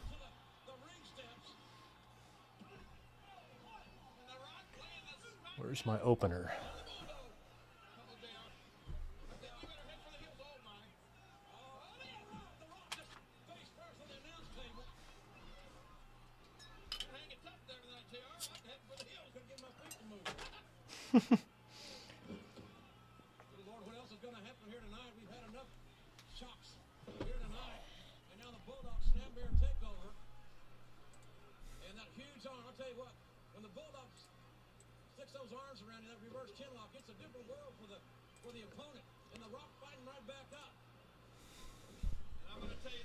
Oh, yeah, Bulldog. You could clearly see the physical difference in him. Like, I was happy to see him come back to the company, but I knew. I mean, Owen was already gone, and I just knew that Bulldog was physically not going to be who he used to be. He was barely there in 97 even. When it got to the tail end of 97, you could already see it starting. But then the, Bulldog loved to do that bump that he just did. But he overshot that one. He did that in the Brett match at In Your House in 95. And I'm pretty sure they wrestled on Raw, these two, in 97. Bulldog and Rock, and I'm pretty sure Bulldog beat him. Beat him with a power slam. Just hit him with his finisher and beat him clean right there on Raw in like 97, like the spring of 97. Well, this has been a fast-paced, hell-bent matchup here for both these tremendous athletes in great shape. Bulldog going downstairs. He's fixed to prove he's not only the Bulldog, he's the top dog right here. Look at this. Oh, this is finished. Big vertical on Rock, so Bulldog can still do that. But it's just so weird seeing him in the jeans. He's got like combat boots on. And the Rock kicked out. Riding too high there, Bulldog. And again, the Bulldog going right back to what brought him to the dance. That's his power. He's trying to keep the Rock grounded. Huge arm of the Bulldog squeezing the Rock. And a crowd here getting behind the People's Champion. Bulldog squeezing and wrenching. It almost has the same effect of a sleeper hold when you can grip that neck. We strip the flow of blood to the brain, and that's what the Bulldog is doing here on the Rock. And referee Earl Hebner checking the Rock's arm. Good to see Mr. J, Victor Colon. Anybody else chiming in to say hi? Welcome. Just Smitty. Over here. He's gonna get even with the Rock. We're dumping him in that dog poo. Oh, the Rock holding on.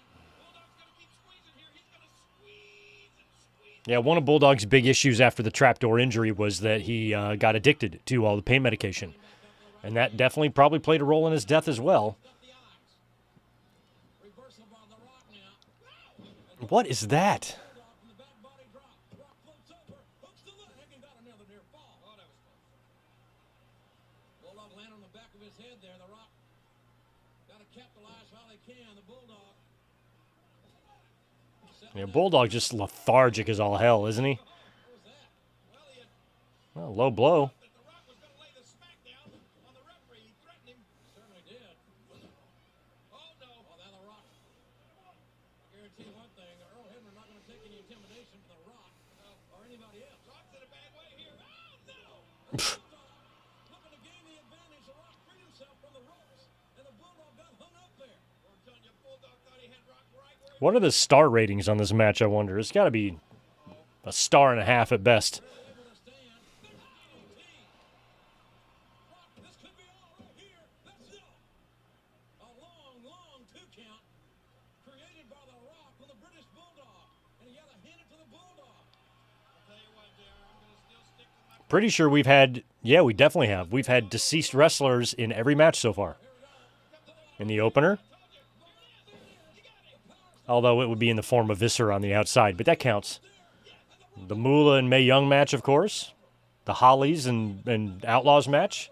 And now this one. would have his hand raised at this point. And, of course, China. Matter you, ref. Rock was in the ropes. Referee had to stop his count. Hard whip far side. Now Bulldog looking for that power move again. This is it now. You got him, baby. Bulldog got in the middle of the ring. The Rock's through the behind. Uh-oh. People's elbow. Fans loving it.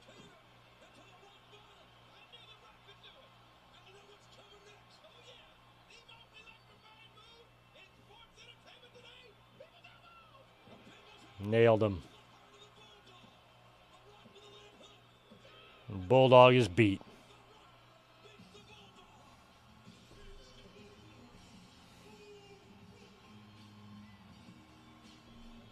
And rightfully so. Rock needed to win that match.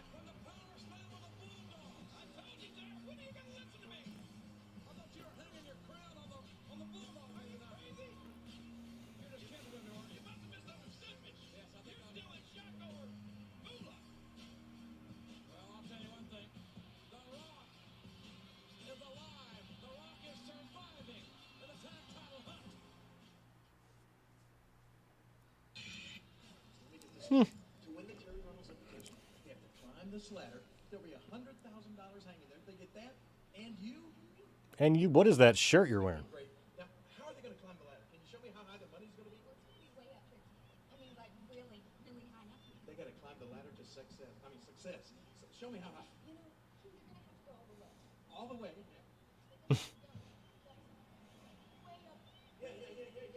So fucking crazy.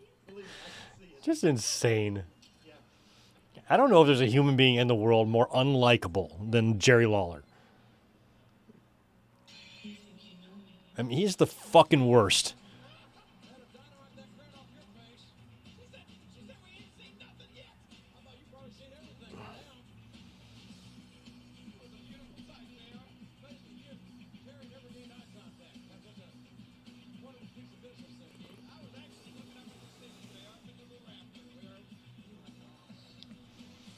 Oh, yeah, that's right. Edge and Christian weren't quite heels yet, so they're going to still be coming through the crowd.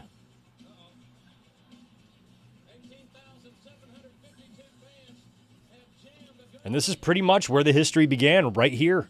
This match. I remember being blown away by some of the spots they were doing here, especially like the seesaw spot with the ladder. Like, I'd never seen anything like that before.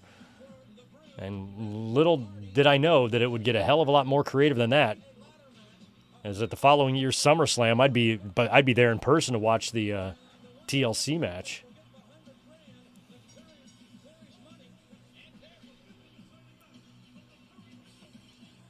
So they basically had 4 of these, right? They had this one. Then at WrestleMania 2000, they had the ladder match, the 3-way ladder match. And then they did 2 TLC matches after that. But the match at WrestleMania kind of resembled a TLC match. They should have just called it that.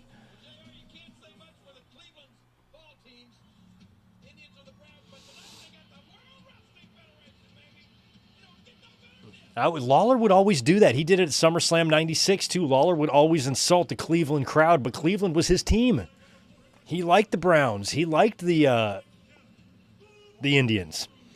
Even when they left, when the Browns left at SummerSlam 96, he came out wearing Ravens gear, trolling his own damn favorite team. That'd be hard to do.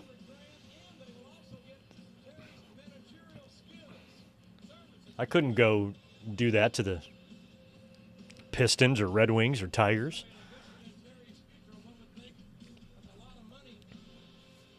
Oh, that's right. There was a TLC match on SmackDown, too. Yeah, that's right.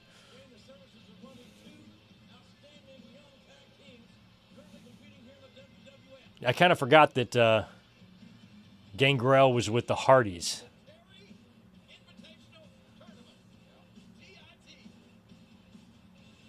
Did Gangrel leave Gangrel was with Edge and Christian first, right? Yeah, they were the Brood, and now is this the new Brood? But the managerial services of Terry is on the line, but Gangrel's already with the Hardy. What? Yeah, it's kind of weird why they did this. Again, the first ever tag team ladder match in WWF history. Oh yeah, you're right. Here we go. Remember, the first team to climb the ladders and get the bag hanging from the top is the winner of the $100,000 in Terry's managerial contract. Oh boy. Is Terry even out there? You get a contract with her? I would assume so. Uh-oh, going for the ladders right away. Matt and Jeff Hardy, Edge and Christian. 2 sets of brothers here. One set of brothers, JR. Two sets of brothers here. You'll see a lot of high-risk offense. We got 2 sets of brothers, but Gangrel's not related to anybody, is he? Not that I'm aware of. Oh, somebody I know. Lad the Impaler, maybe, or somebody like that. Edge and Christian right now. Pretty well taking care of business here with Matt and Jeff, but here comes Matt Hardy from behind. As Edge and Christian were going toward those dueling ladders there, sitting in the entranceway.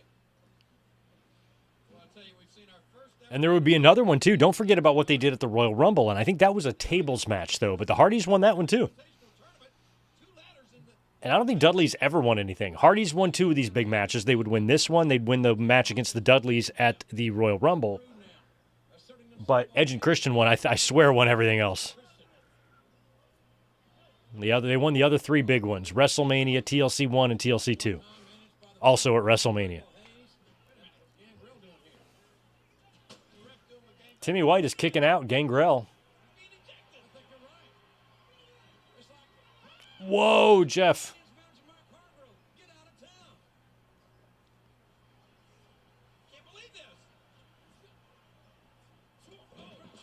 Jeez.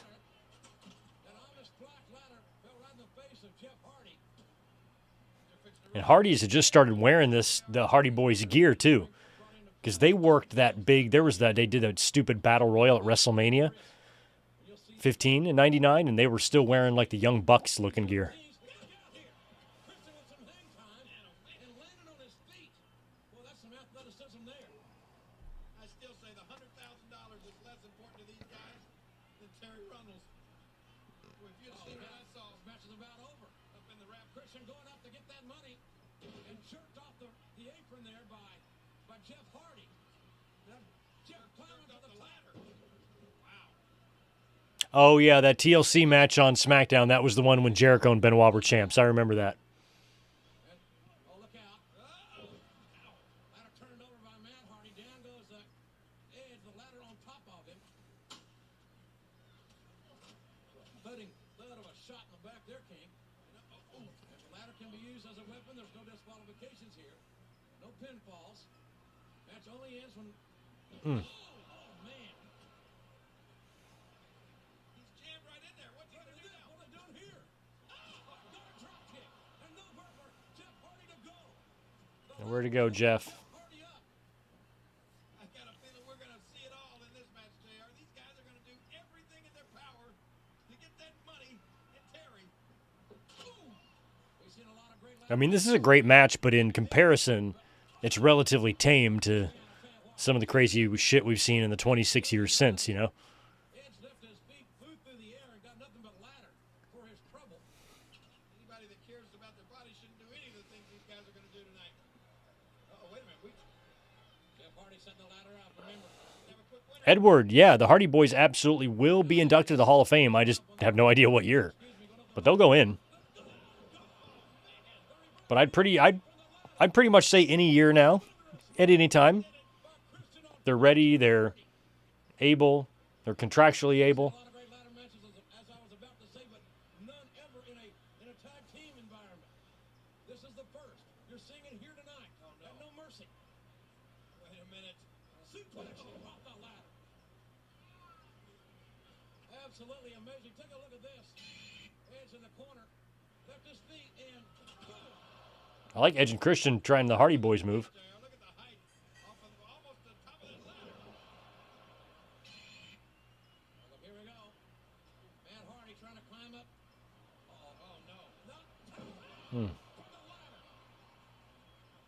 Edge got Matt Hardy up in the Matt was so young back then, too. off the ladder. Telling you what I'm thinking. Jeff's my age, but Matt's a little older. Edge has a chance, but wait a minute. Go to the left part of your screen. Jeff Hardy drop kick. A missile drop kick off the top that took Edge off the ladder. Boy, as much as I'd like to have been involved in this tournament, as much as I'd love to have the services of Terry, I don't think I'd like to be in this ladder match. You're referring to the managerial services, of course. Yeah, that's the services I want from Terry, the managerial ones. I'll be right back.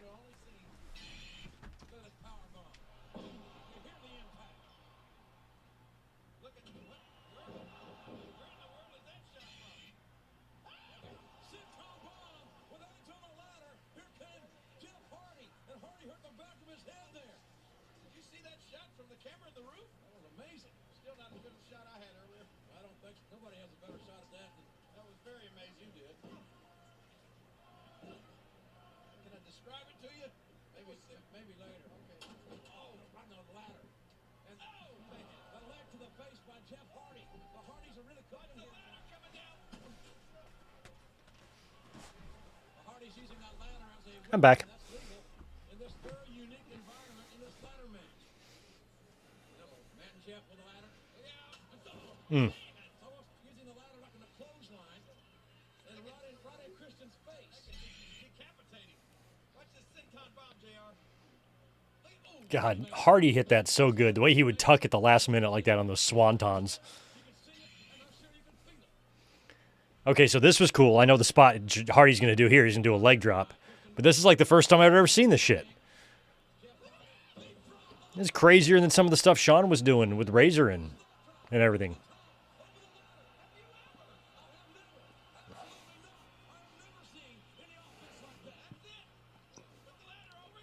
A lot of people in those days when Jeff started doing this stuff, they started comparing him to Shawn Michaels. And I never saw any similarities at all between Jeff and Shawn.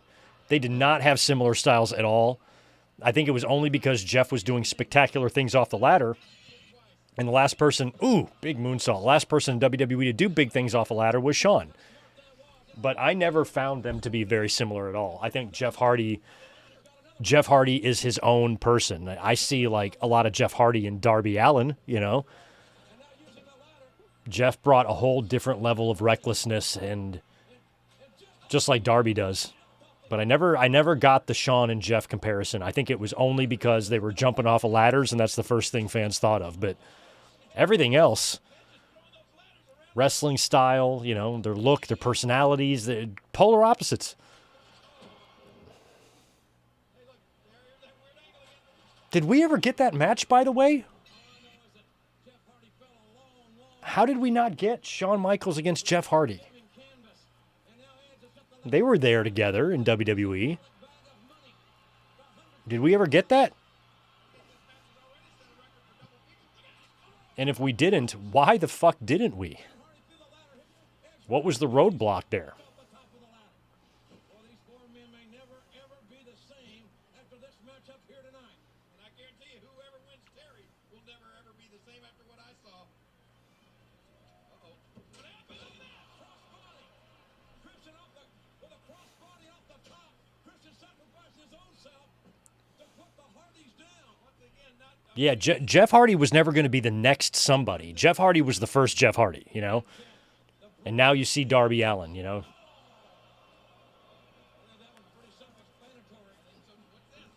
Oh, yeah. And you had some higher flying guys. You had your Rob Van Dams. You even had, like, you know, Reckless Youths and some other, like, more hardcore guys, but just nobody was at the caliber of Jeff, you know, when it came just to the pure psychoness of his style. Jeez. Damn. This is absolutely amazing. This is matchup. And again, Christian throwing caution to the wind. And I think that hurt Christian more than it did Jeff Hardy. You might be right. All four of these young men have got to be hurting. But the stakes are high here. You're not kidding. When she was high up on that ladder, I looked up. Oh, the stakes are high, JR. The stakes are high. Jeff Hardy is So are the pork chops. certain here.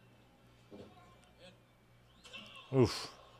Almost a flapjack, a vertical flapjack, right face first into the ladder. And Jeff Hardy is having trouble even getting it to his feet. But who can blame him? Think about the pride. Yeah, even Darby is starting to me, do some things that would even seem crazy for Jeff Hardy. Specifically that pane of glass spot he did at Revolution. That was just next level, you know. As nuts as Jeff Hardy was, I couldn't see him being that gnarly, you know. And grab that sack. That will signify the winner. Edge and Jeff Hardy now. About halfway. Downward spiral from the ladder. How in God's name can a human being even move after that? No, it's unbelievable. They're all down, all four of them. Carnage everywhere. 1996 Gun Arena. I'm trying to think how good the Cavs were. This would have been just like probably 2 years. Oh, no, it's 99. Probably like 5 years after I dated the cousin of Danny Ferry, who was like the GM of the Cavs, and he paid for her school. She had like courtside seats for all the Cavs games. It was fucking crazy. The nature of this matchup. They've all absorbed so much punishment. It's like, what a connection. Oh, look out, look out. No way. Unbelievable net breaker. There's no amount of money in the world worth putting your bodies through this. Nope. I know, JR, but it's more than money. Take another look at it. It's about so much more than money. It's always about money. No, I guarantee you, for pros, it's about Terry. Well, that's how good her services are, JR. When she was at the top of that ladder, and I looked up there, I saw it. I think those services were actually winking at me. Jeff Hardy holding his gut, trying to get to the top of the ladder.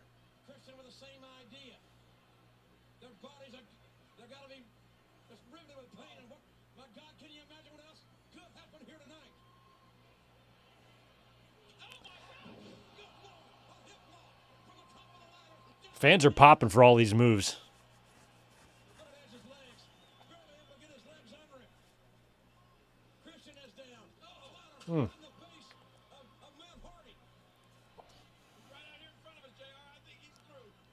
He may be through for the night. Take a look at this. I love the overhead cam. So cool. That's how it feels to be on top of that ladder and then go down. I don't know how these four young men's bodies are withstanding this, how they're even able to stand Oh, is this where the seesaw spot is going to be? together. Yeah. Big body parts laying I remember when I saw this, I just could not believe. I'm like, that is crazy. What's this going to be now? I have no what, Oh no, not the they're not at the seesaw spot yet. I've seen it all, but I don't think so. Oh, wait a minute. Oh, Matt's gonna. Oh, it is gonna be the seesaw spot. Christian there. I don't know what the. I don't know, but I don't think I even. Yeah, here we go. This is so gnarly. Look at that. Oh, so great. That dude in the front row there in the pink shirt and the bald head, I've seen him at shows before.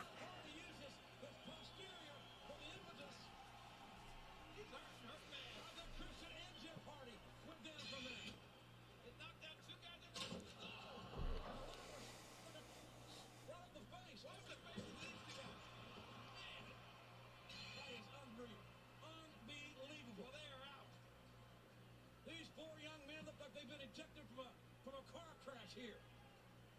The ladder catapulting right in the face of Matt Hardy and Christian. I'll tell you what, I'm sore from watching this. And they would repeat that spot. Remember years later, and Joey Mercury just completely annihilated his face. Thing will be that good, including the $100,000. I know one thing. I don't think they're going to be able to capitalize on her services tonight. Maybe not for a week or two. Ladder's being set back up now. Edge trying to be slow but sure, trying to climb to the top. Wait a minute, the Hardys.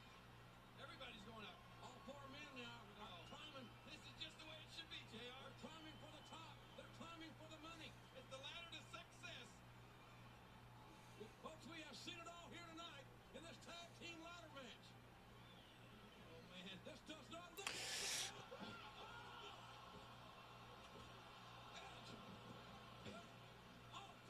Carnage. Carnage. Everywhere.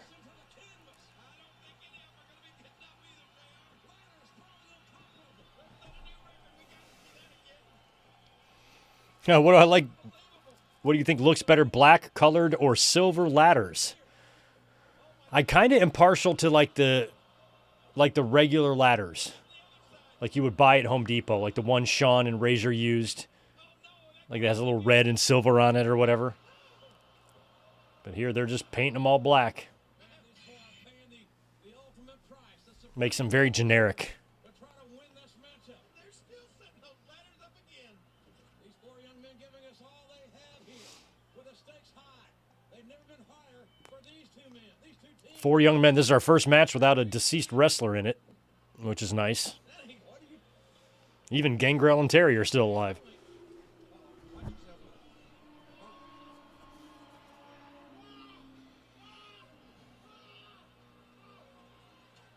Oh, really? Oh, that's right. Invasion was in Gund Arena too, wasn't it? That's right. Bar next to Gund Arena called the Thirsty Parrot. You met him before Invasion. That's cool. I met Tie-Dye Guy a few times. He's all over the shows back in the day. Still is, I think. Met Vlad. Sat next to Vlad at King of the Ring, which is cool. Oh, there he is. Has he got it? Pull it. Pull it. Yank it. Got it. Look at that bump he took. The Brood. The new Brood. But now what does that mean for Gangrel?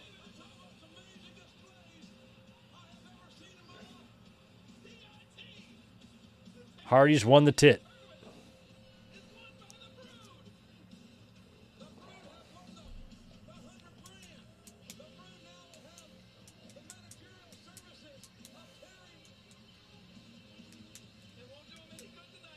Now, they had already won. Hardy's had already been tag team champions. I was at that show, too.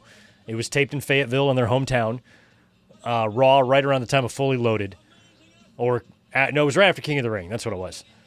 It was a Raw taping. It aired the next week. And they beat the Acolytes for the titles. And then they dropped them right back, I think, to somebody.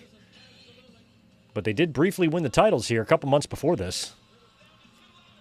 And I swear WWE just gave them the titles because they were in their hometown. That was a fun Coliseum, too. The Fayetteville Crown Coliseum was a cool place. Small little building in a hick-ass town, but it was fun. Every time I went, I had fun. Met wrestlers every time, too. Met the Hardy Boys' dad at that arena. Christian and Edge have nothing to be ashamed of. What a magnificent effort by those two. Nothing to be ashamed of, JR, but what must it feel like to these two guys who are literally put your body on the line, put it through. We used to go shoot pool before the show. There was like a little dive bar with pool tables in it. Like 3 miles down the road. We go hang out there. There they go. Look at Terry. She got all that champagne. Look at her drinking that champagne. Good job, Terry. What kind is that? That actually looks like it might be Schramsberg, which is not horrible.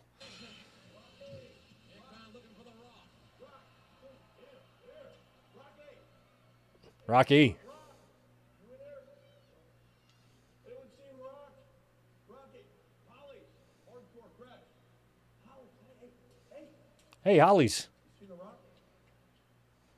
Rock, you know, my father. Yeah. Hey, have a nice day, Bob. Happens to be the title of a new autobiography. You're in there, you old cranky, curmudgeonly, non-carnival riding son of a gun. Foley plugging his book. Hey, Rock. There you are, champ. Oh, I smell like you're comfy. Listen, I got a couple things I want to go over before the match. First off, good luck. Second, I was just thinking, I think it's important that you wear your tag belt in there, because I know I'm going to wear mine. It's important to show a little team unity. Also, you need some tips. You need some tips with the Bulldog. Ew, get out of there. I know him pretty well, but other than that, So who's taking a shit in there? Big Show? Is that what it is? why don't you read this? It's my autobiography. Come on, take it. It's on sale Thursday. Be written a copy today. You're in there, Rock. Don't worry. Don't kid yourself. You play a big part in my life.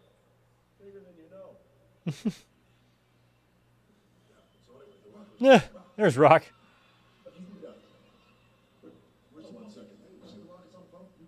Look at that little phone. My book. You have my book? No, The Rock doesn't have your book. I don't have your book. Rock has no clue what your book is. But let The Rock tell you this. When you do get a book, go ahead, get The Rock an advance copy, open it up on the first page, take a black magic marker. A black magic marker, Sharpie. To the great one, and and then sign everything else. Right. And then take it, close it, wrap it up in some nice Christmas packaging paper. Do that. Shine it up. Shine it up. This is my life story. It's my life story. This is important. I'm gonna get you that copy tomorrow. Wrap it in some nice Christmas packaging paper. Oh, who is it? Is that Val or Triple H? No, it's Val. So Val was dropping a Valboski in the fucking toilet. That's nice.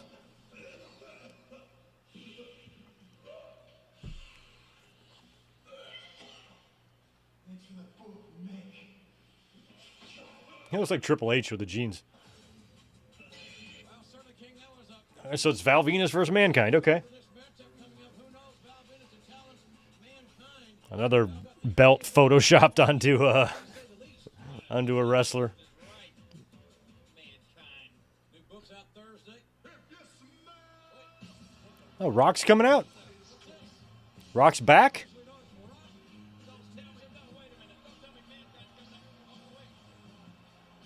After he handily defeated the British Bulldog, he's just going to casually come out here and it looked like he's getting dressed and he's not done getting dressed yet. He's out there in slacks and a button-down shirt, but it's completely unbuttoned. Hey, Rock, you forgot to button up your shirt. The Rock meant to do this, jabroni. Oh, okay. I don't think I could pull off that look.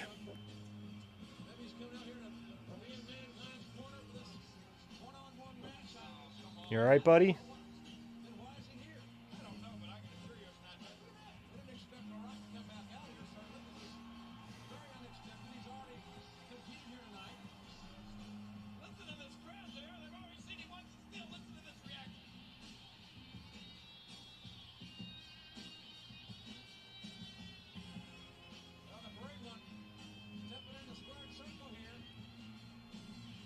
He's going to cut a promo. Okay.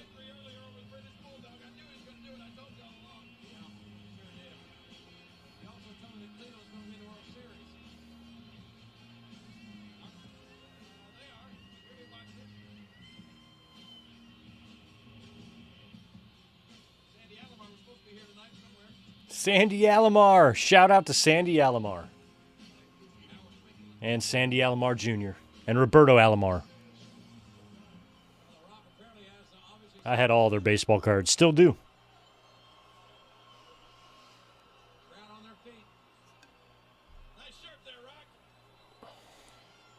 That sounds like a riveting game going on right now, Sunday Night Football. I do have my TV, but it's behind my studio curtain, so I can't see it.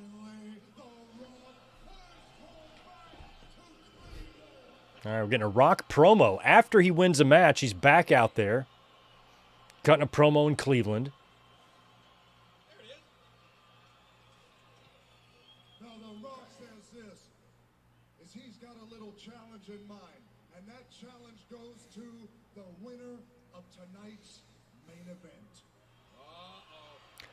Oh, does Rock come out and accidentally hit Austin or something? I forgot what happened, but Triple H's got to win somehow. If it's Triple H, the Great One does not care if it is Stone Cold Steve Austin. Whoa! You hear that there? I sure did. Doesn't surprise me. And when the match is made, the match is done, and The Rock stands dead smack in the middle of the People's Ring, the WWF champion, then all The Rock's fans, the millions of The Rock's fans, let the People's Champ know, all by chanting at one time The Rock's name. Here we go.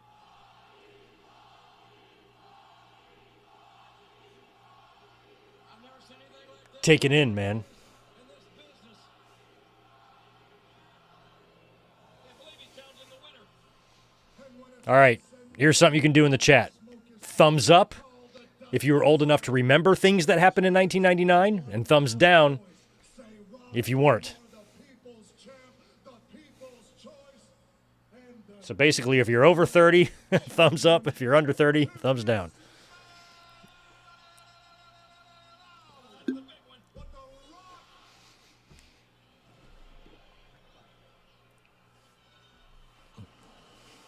It's all about the title. I just had my 20... About the WWE. The fuck year was I born? 22nd birthday. I cannot believe it, Jerry. About a month before this. See that eyebrow? The Rock is captivating. Yeah, but he's not finished cooking yet. Now, these good folks in the palm of his hand. There goes. Cooking. So the Rock comes out and lays down the challenge to meet the winner. So I don't know if at this time they knew that Austin was going to be hurt and he was going to be out. Actually, I don't think they did because they booked a match. Turned out to be like a triple threat, right? It was supposed to be Rock, Austin, Triple H at Survivor Series.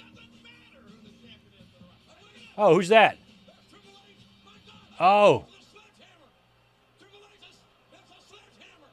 damn. I didn't even know any of this happened. Assaulting the Rock with that sledgehammer. For God's sakes, oh my God. All right, so this is going to set up what they do then in the main event. Okay, I get it. I get it.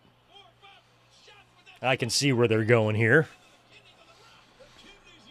I'm starting to put it together. Yeah, yeah. Oh, yeah, yeah. I see what you're doing there, Hunter. With your old WWF shirt. You got a title defense against a rattlesnake. You're worried about bashing Rock with a sledgy? This is not competition. This has not got anything to do with rules or nothing in a ring. I cannot believe the vile nature of Triple H.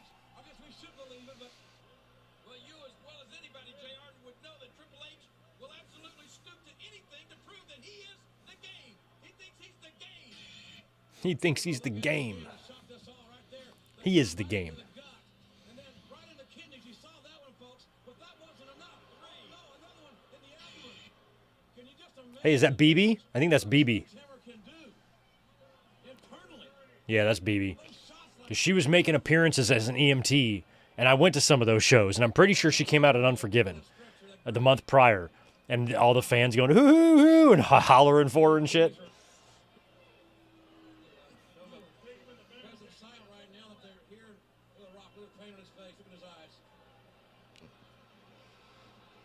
This is absolutely repulsive on Triple H's part, King. Well, I don't know how repulsive it is. Let's take a look at it. The Rock, you gotta admit, The Rock came out here and laid the challenge down to not only the game, but to Stone Cold Steve Austin. And take a look at this one, right in the kidney. And let's face it, JR, The Rock, he got his challenge answered pretty quick. Well, Triple H certainly changed his cocky attitude from earlier tonight. Now he knows it's going to be a no-holds-barred matchup with Stone Cold here tonight, but Triple H has made sure that... Now you're 5 in October of 99. Right on. Well,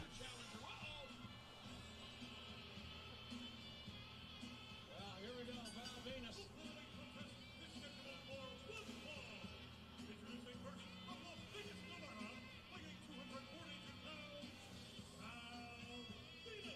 Val Venus carrying Mick Foley's autobiography. As you heard Mick say, it's on sale Thursday. I read 7 chapters of it yesterday. It's one of the most, the finest reads I've ever picked up. Come on. Very serious. I was going to say, who wrote I like how Val's got the book. Who read it to you? I read it myself, thank you. And he wrote all 610 handwritten pages. Isn't it crayon? No, it's not crayon. It's a great book. I mean that. I do. I do remember one memory. I forgot. So around this time in 99, I wasn't dating anybody, but I was hooking up with like 2 different girls. And when I brought the other one home, my roommate called her by the other one's name. I remember that being a thing and like laughing hard about it.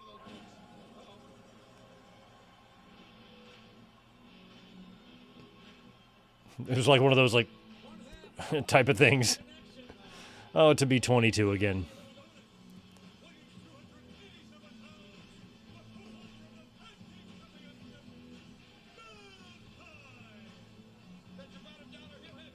I'm like, they don't look that much alike.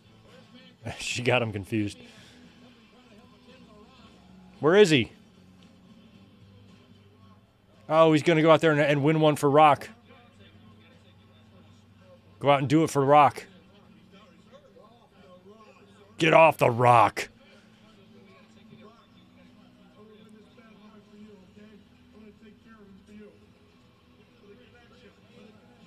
All right, so Mick Foley's just back there checking on his buddy. Rock is hurt badly thanks to Triple H and that sledgehammer. Well, get out of here, Mankind. You can't do The Rock any good. Val angrily pacing. Cage Tiger here, awaiting the arrival of one of the premier big money players in the game. There he is. Finally. Here in No Mercy, here comes Mankind. We'll keep you updated on The Rock's condition as we receive the information we promised you. That reminds me. Garrett Osborne, what the hell is the Mariner Moose? Is that like the Seattle Mariners mascot or something? Are you trying to tell me the Tigers lost? Mankind can be as dangerous and as They're down 2-0. Shit. WWF, and Val Venus may find that out right here. Blue Jays won 13-7, and they lead 2-0 on the Yankees. That's awesome. Yeah, well, hopefully Tigers can come back here and take the lead. Big deal. Mankind wrote a book. Well, what about all the movies that Val Venus has made? Mankind reversing it. Thought he was going to slam Val here out here on the floor, but that may be too good for him after Val wound up here. Oh, that's cool, Michael Games. I also have seen Rock and Mankind work in a match together at a house show. I watched them work in Greensboro in, I think, 97, and it was like a no-holds-barred match, and it was a sellout. It was a sellout for a house show on a Saturday night. 20,000 fucking people. And it was about a year before this. 2 years before this. Long enough for the 3 count anyway. 2 years before this. Sorry, I think I hit the mute button. But Mick Foley, a very emotional. they brought out everything. I mean, this is a house show. And they had, like, I remember Mankind putting the Rock's nuts in a vice and shit. Like, it was great. Crowd got into it. It was when Austin was hurt from the pile driver, so he wasn't wrestling. And so, because, it was definitely 2 years before this then. And he was out there in, like, a golf cart. And just, it was a It was a treat. Oh, and it wasn't Mankind. It was Dude Love. It was Dude Love versus The Rock. And Austin was out there in a golf cart. Crazy. Reverse elbow by Mankind. Absolutely crazy. Maybe one of the few wrestling moves he'll utilize in this matchup. Mankind going close to 300 pounds. Got a full head of steam there, right into Val's face. Val, Oh, wait a minute. Hey, wait. You're messing with his money now. Oh. Come on. That's the way Val makes a living. I think that was above the belt. You do? I think so. Oh, no, please, no. You do? Stupid, stinking Mr. Sacco or Rocco. Who's down there? Sacco, I was. Sacco. Oh, what's he going? Whoa. You got to get Mr. Rocco back. I mean, I wouldn't really want him at this point. So I think Mankind trying to. Mankind's pulling it in. Mankind is pulling. It run out of. As I possess a deep, strong aversion for soiled hosiery. Look at the size of that thing. Nope. Don't want that. Keep that away from me. Thank you, Garrett, for that $2, by the way. The Mariner Moose is the worst. I wasn't sure what that was about, but it immediately made me check the Tigers Mariners score. That's open away at Mankind. Val Venus almost found himself in the wrong end of that Rocco until he got the low blow in there. That bought Val some time and got Mankind on the defensive. You know what Mankind wanted to do with the Rocco? He wanted to stuff it down his own pants. Try to enhance himself a little bit. Oh, yeah, or stuffing down the gullet of Val Venus. It's the Monday night game tomorrow. Anybody know? I've heard what women say when they see Mankind naked. Yeah, what's that? Well, one of them said, wow, and your feet are so big. Oh, look at this. Lawler, Now beating Val Venus. if I could punch you, I would. There's a reverse on Mankind. Oh, here it is. Chiefs and Jags tomorrow. Wall. Oh, and a knockdown. Man, right in front of us. You can hear the impact of that. Close enough to hear it, see it, and smell it. From a knockdown by Mankind. I think that just Mankind would smell it. Mankind back in the ring, broke the count there. What now? What do we count out here? Smite it. Oh, look out. I wish Mankind would grab Finkel by the ankles and hit somebody with him. Grab Finkel by the ankles and hit someone with him. Mankind has thrown Val Venus' face into that steel chair. Referee trying to encourage both these men, especially Mankind. Oh. Oof. God. That chair with the back of his head. Those type of bumps that just bend the chair are just crazy. And drop Mankind straight away on the back of his head on that steel chair. Man. That's about 300 pounds of weight. Focus on Mankind's head, right on the chair, King. Take another look at this. Oh, right on his head. Yeah. Oh. It's one of the wrestling secrets that I'm actually not aware of how exactly it works. I mean, I know those chairs are gimmicked, but I don't know how they're produced or how they're manufactured or anything like that. I mean, I've heard the term shaved down a lot, so they're obviously thinner metal and stuff, but they seem still strong enough to sit in, but they can really, I mean, you get a normal folding chair. I mean, if you hit people with it, parts aren't going to fly off the chair or anything like that. You'd have to really swing it hard. So, like, they're obviously gimmicked. I just don't know in what way. I guess they're just lighter material metal is all it is. But the way they bend and shit, there's no way they're real chairs. You killed somebody. Intervened there. And Mankind got a couple of rights in. I'm telling you, Teddy Long screwed up the Good Housekeeping match. I hope you don't screw this one up, too. Mankind wrestling in sweatpants. Gets a Russian leg sweeped. First on that chair. Finish him off. This has got to be it.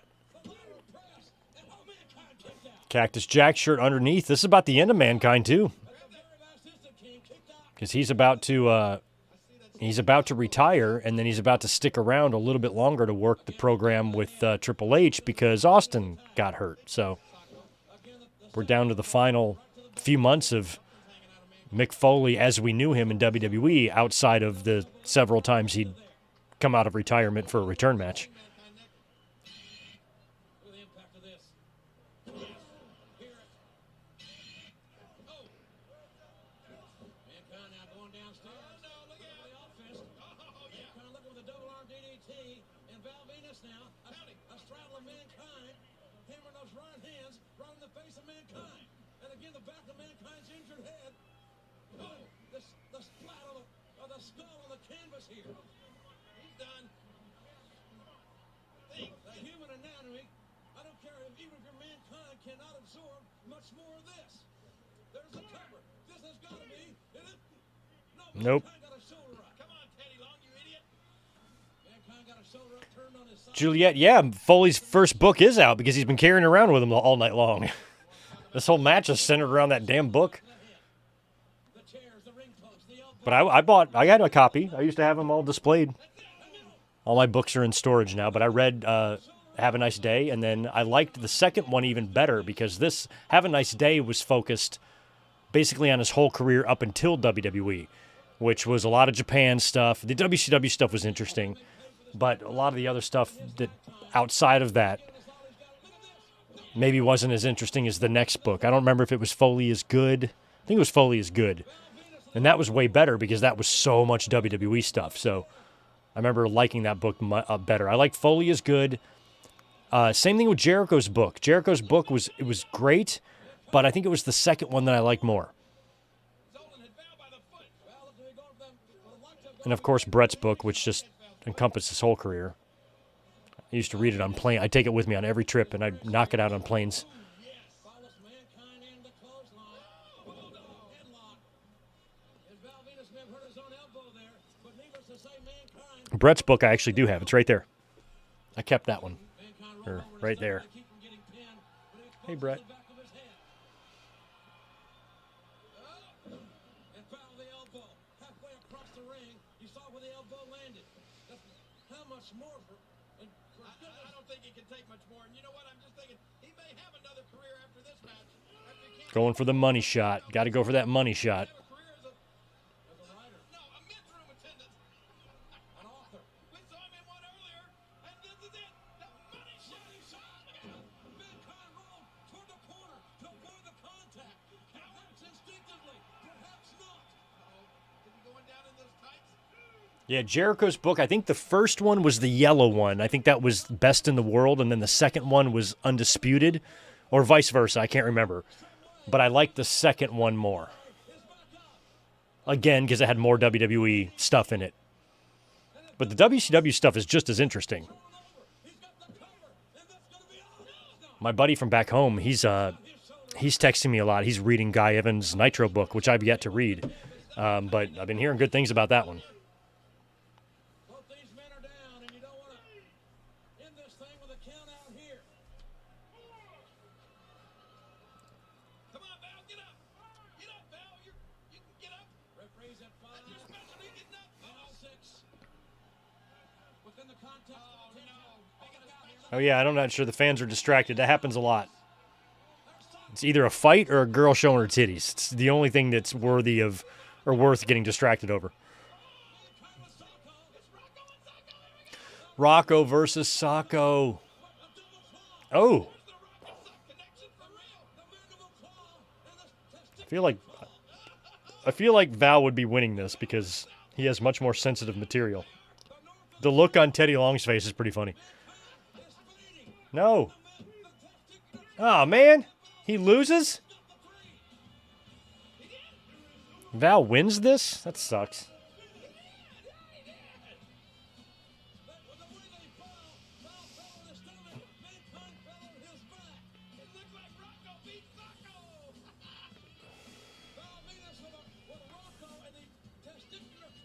The testicular claw.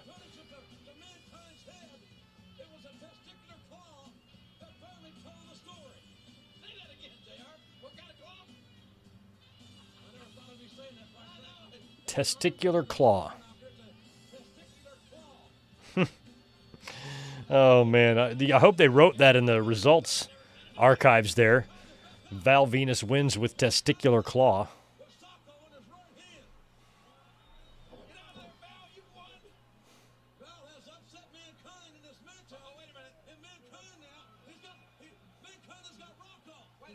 He's got Rocco.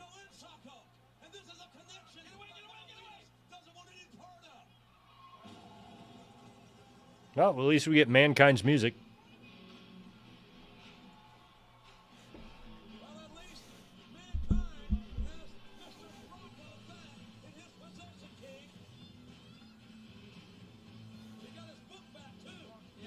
Got your book back.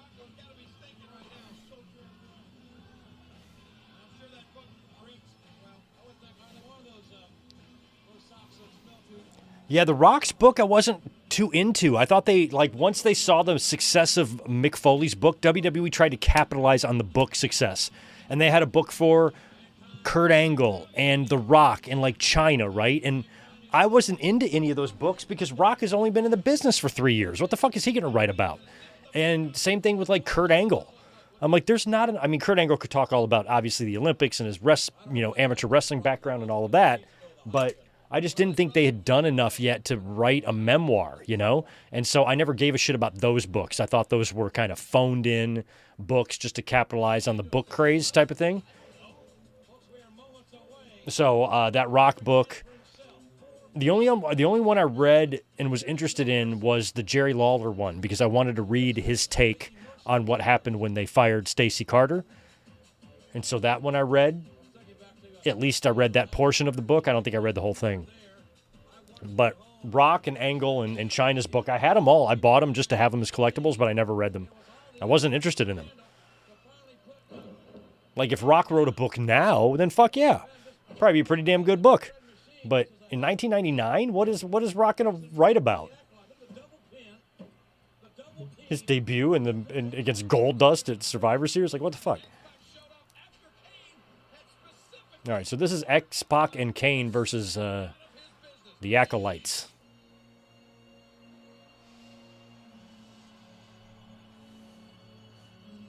WWF The Music Volume 3. Kane.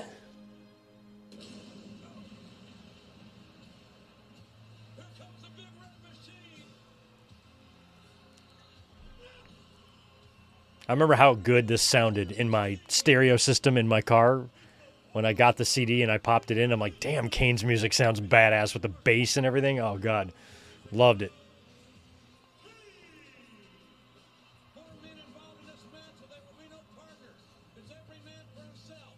I have no earthly idea how I managed to have girlfriends back then. I'm here blaring WWF The Music Volume 3 in my car.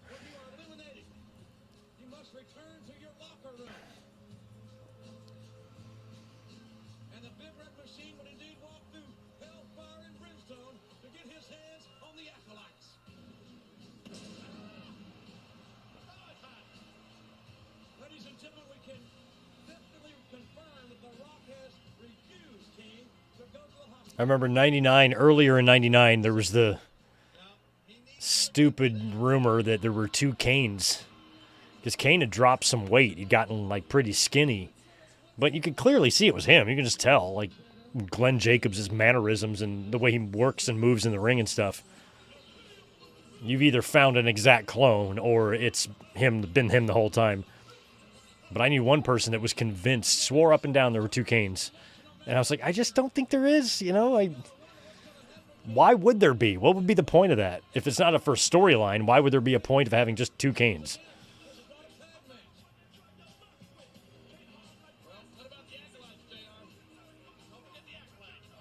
I even had somebody try to tell me there were two Undertakers once.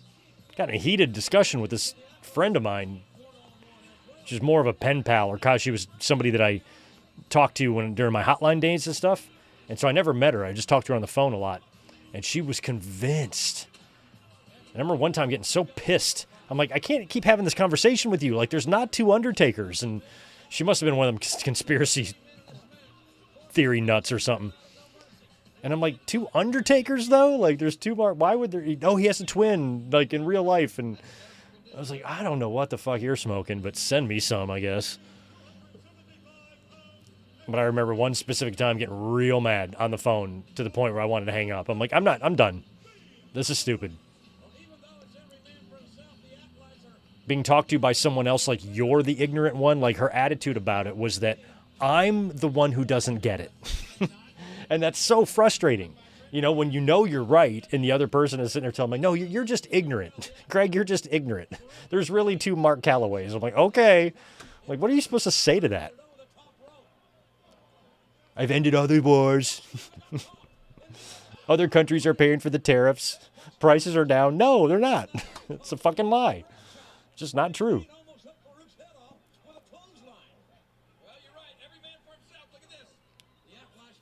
blaming Kane here. And the referee by rule should get one of the X-Pacs out of the ring. I'll just never forget her saying, like shaking her head, like, Greg, you just don't get it. I'm like, I don't? I actually always thought I did. Referee Jim Corderas now. Oh, Jimmy Corderas, F off. Farouk on the outside, so it's Bradshaw and Kane one-on-one. Oh, thunderous clothesline. I hate him. He and I engaged a little bit on Twitter, and then I bodied him, and I got no response. It was an immediate block. I'm like, yeah, that's right, bitch. He is such a little worm. He's such a worm of a man. For that match. That would have been cool. Uh-oh. Kane looking. Take up the Nice. Everybody in this match is still alive, too. So, like, we went on an early run of a lot of deceased wrestlers, but the last few matches. blind tag. Oh, and now it's X-Pac and Kane. Hey, look at X-Pac. He's feeling froggy. Go ahead and jump there, X-Pac. I'm sure Kane very reluctant. Not because I liked Kane and X-Pac as a team. I always did. And look at X-Pac. Doesn't want Kane to hold back. Let's go. Me and you. Yeah, X-Pac wants to prove to the world. What? X-Pac wants to prove to the world that its size is absolutely irrelevant in the squared circle. Oh, what a Why are the tag team partners fighting each other? Come on, we know size doesn't matter. Ask Almeida. Knocked down by Kane down with that Or is this a four-way? What the fuck am I watching here? beheaded X-Pac. And Kane out, forced into this tag. And from behind was Bradshaw. That's a tag. Oh, okay. So Bradshaw's in now. Okay, so it's one of these you can tag anybody matches. Okay, I had no idea what the fuck I was watching. What is this? Let's look this up. I wasn't paying attention during the entrances. Now X-Pac tags in Farouk. It's What the fuck is going on here? Yeah, look at this. So you can just tag anybody? What the fuck is this match called? Okay. Four corners elimination match. Oh, okay, so it's not a tag. It's a four corners elimination match. I thought it was a tag match. You know, you would think that it is. Bradshaw. A four-corner elimination matchup. And Farouk quickly tagging in X-Pac, so it's X-Pac and Bradshaw. Interesting. I had no idea what I was watching. That's going to be all right there. Hey, ref, turn around, you idiot. You got to think that Bradshaw with the cover. Look at Kane now, stepping over the top and a shot right to the head of Bradshaw. Bradshaw may have had the cover right there, King, if the referee had been in a different position. They did do a lot of things in '99 that did annoy me. The frequent hot potatoing of the championships was really bugging me, specifically with the Intercontinental title. That title lost its prestige in 1999. Arguably in 98, but they were still doing good things. Like Rock and Triple H had that great feud for the title in 98. So the title, even though they switched the belt design, which I hated, the title still meant something in 98. But by the time 99 rolled around, 19 different people had the Intercontinental title in 99. I'm going to grab one more final cold one for the main event. Man, what a whip. The torque on that whip, the whiplash on that could be overwhelming. And look at X-Pac. Gritting his teeth, clenching his fist, fighting back for all he's got. His heart's growing, getting bigger, isn't it, JR? Come on. Count it till his heart shrinks down to the size of a pea. I love the courage of X-Pac. How can he not respect this young man? Face first, he just went, though, into the steel ring steps. I respect his courage, all right. It's his stupidity I have to laugh at. You don't need to be hanging out in the land of the giants. It could be over right here. And X-Pac kicked out. He kicked out.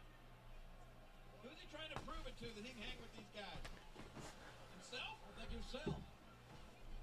His fans know what he can do. I think he's doing it for himself. Oh, Bradshaw, this power Bradshaw. And Kane, the boot right to the face. Kane got the boot to the face. And Bradshaw almost got pinned. Well, see, X-Pac couldn't get the job done even with the help of Kane there. X-Pac wasn't asking for the help of Kane, I can tell you. Right, Kane is great. Kane saw the opportunity of a backbreaker. That cover did not get it. I really wish Ron Simmons would have won a singles title in WWE, like the European title or something, X-Pac here. or the IC. To keep this high flyer grounded, you got a great chance against it. X-Pac's quickness can't hurt you when he's sitting down. And the young man fighting back up to a vertical base, goes downstairs to the elbow. Help me out with Ron Simmons. He went into the Hall of Fame, right? Did he go in as the APA or did he go in as Ron Simmons? Or both? Is Ron Simmons in the Hall of Fame? Say hello to my foot. I think he is. Is Ron Simmons in the WWE Hall of Fame? Week 7. Yes. 2012. 300 pounds. Okay, good. Good. I was about to say. Now clamps on the bear hug. And Bradshaw is squeezing and squeezing. Trying to squeeze the proverbial professional life right out of X-Pac. He's squeezing and squeezing. X-Pac's heart is shrinking. Shrinking. So it feels like he can still go in as the APA. APA haven't gone in yet. X-Pac right there. So he went solo. His arms are hanging. That's good. That means he can go in again. Referee Jim Cordaire's there to see if X-Pac wants to say, I quit. I give up. I don't think I was like, I knew Ron was in, but I have no recollection of his speech or when it happened or anything. So 2012, apparently. 2 years into YouTube back then. Bradshaw's hands are broken. From his grip, I should say. And another knockdown from that big boot. Hard elbow right to the heart. Well, this did X-Pac kicked out. And it makes you wonder, what does it take to keep X-Pac down for the 3? This young man is barely Can I reach over here? Nope, as far as it goes. and a hard body shot to this helpless youngster from Minneapolis, Minnesota. The helpless youngster. All the air got to be rushing right out of X-Pac. Okay, so Bradshaw has also been in as a singles. Okay, that's good to know, Juliet. So they're both going to eventually be two-timers because X-Pac again. I think you could put the APA in. They were pretty memorable. It's just size. It's just power. Has nothing to do with your heart. Oh, X-Pac fighting for all he's got there. Oh, his elbows and down went Bradshaw. X-Pac now. Come on, Bradshaw. Use your size and power. What's X-Pac going to do here? And X-Pac. Nice tornado DDT. Tornado DDT that planted Bradshaw. Both men are down again. Or X-Pac and Bradshaw. If they're counted out, they've got to return to the locker room. Kane ready to make a tag with X-Pac. Farouk poised to do the same with Bradshaw. Oh my gosh. X-Pac the pain etched on his face. X-Pac maybe reluctantly doesn't want to tag Kane. Come on. Oh, nope. Kane tags in X-Pac. Yeah, you're not partners, so It or not. Kane makes the tag. The big red machine just flew off the top. Kane now sending Farouk for the run. nice. Big foot right to the face of Farouk and Johnny wins. Farouk Assad versus Glenn Jacobs. Or versus Isaac Yankem, excuse me. The big foot downstairs or upstairs went Bradshaw. It's 1, 2, 3 kid, Got a cheap shot on X-Pac. Justin Hawk Bradshaw, Isaac Yankem, and Farouk Assad. There's a lot of 1995 WWE in there right now, or 1996. It's over. It's elimination. Bradshaw's gone. Spinning heel kick from the top. X-Pac Wow. into it. Did you see that? My God, X-Pac X-Pac just pinned Kane with a spinning heel from the top. So what is it now? X-Pac and Simmons? Okay. Jesus Christ. This is not where you want to be, X-Pac. Mark Eaton. He's got his rock hammer there, worn down to the nub. Shout out to Mark Eaton.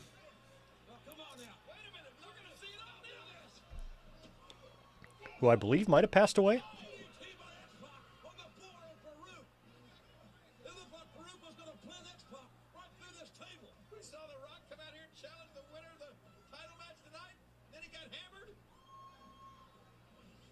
By a sledgehammer by Triple H. And now we've seen X-Pac eliminate Kane. What else? Farouk now down in that corner. X-Pac somehow, some way is standing. But Farouk saw coming. Or Mark Eaton, yeah. Is he still alive? A thunderous spine Yeah, he's alive still. slam that had to take the air right out of X-Pac. This is it. Oh, yeah. Oh, man, look at this. This is bad here. Bad for X-Pac. Tito's back chugging water. One of the symptoms that made me take him to the vet to realize he had diabetes. He's just drinking a ton of water. Oh, he countered that into X Factor. He's got the Jimmy legs, and he wins.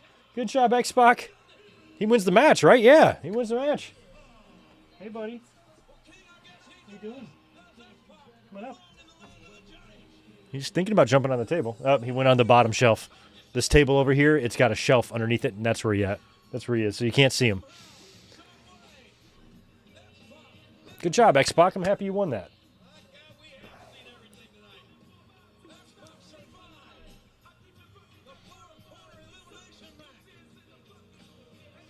Yeah, Mark Eaton was the NBA center. Mark Yeaton with a Y is who I was talking about. Yeah, I remember Mark Eaton. Big old white boy. Ugly, too.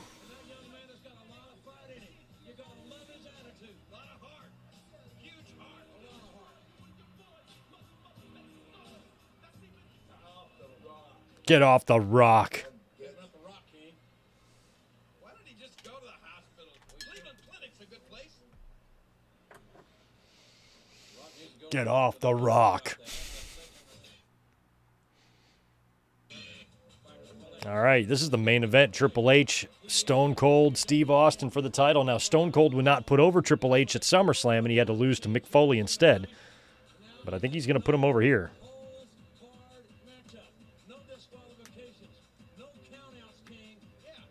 And then Austin would eventually put him over for real in that 3 stages of hell match. Hey, bud. Want to hang out? Come on. Come on. No?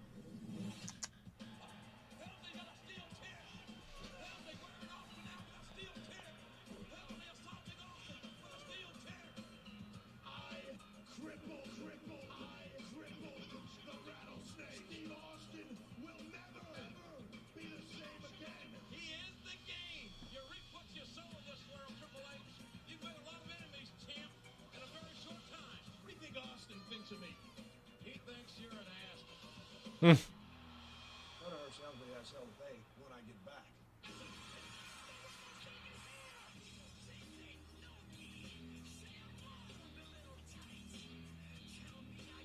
Oh, man. I forgot about this.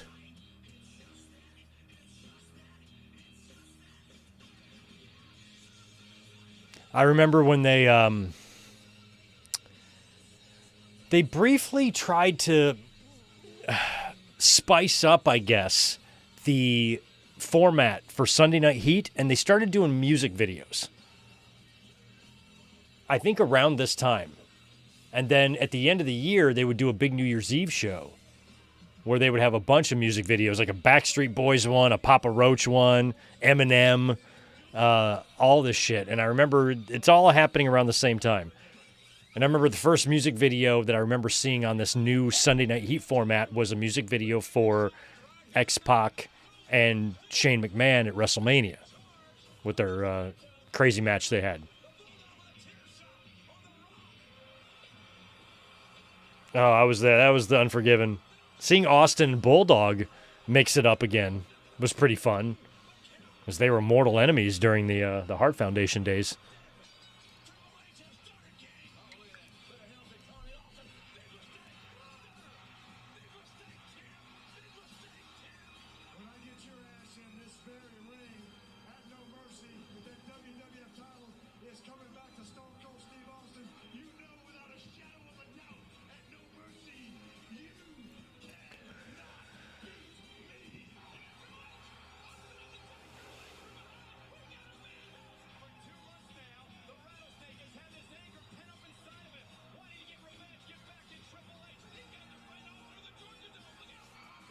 Oh, yeah, that Georgia Dome show was fun.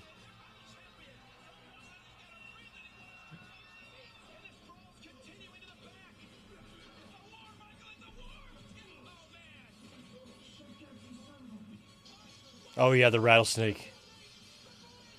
It's like the second time they've tried this shit. They tried it with the Ultimate Warrior.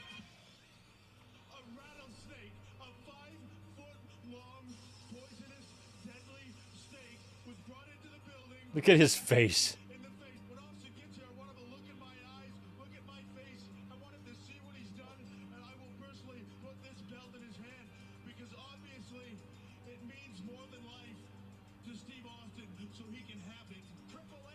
He is going to quit and forfeit the WWF Championship.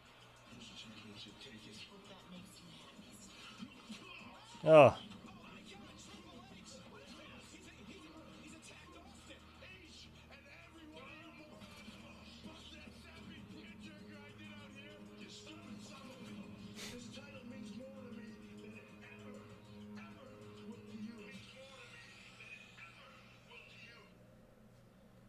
And so Triple H is banking on Austin losing his cool and getting DQ'd, but then Vince changed it to a no DQ match. So, okay. This is Austin's kind of match, right? This is personal. Who does that title, that WWF title, mean the most to? We're going to find out, JR. All right, Austin making his way to the ring first. Pretty much the last regular match we're going to see him in, right? Does he work between now and Survivor Series? Does he have any matches on Raw? Otherwise, this is going to be it until No Mercy next year when he has that brawl with Rikishi.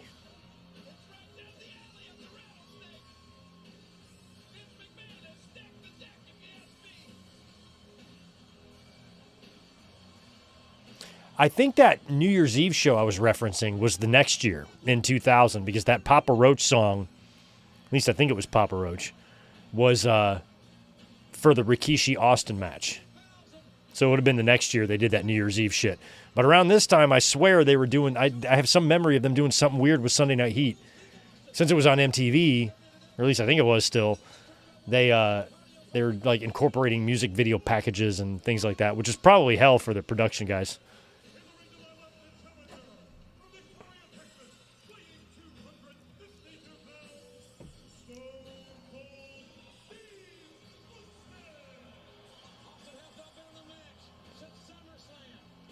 Yeah, this is his first match since SummerSlam.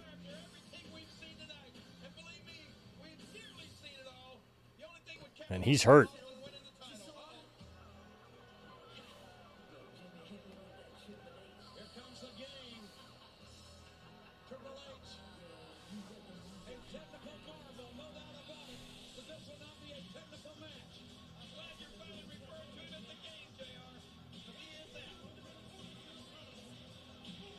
Oh, shit. 3-2 Mariners. Bottom of the 8th. Which means only one more shot for the Tigers.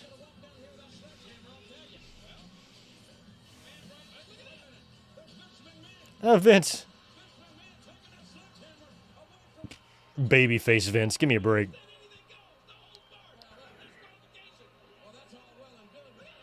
Huh.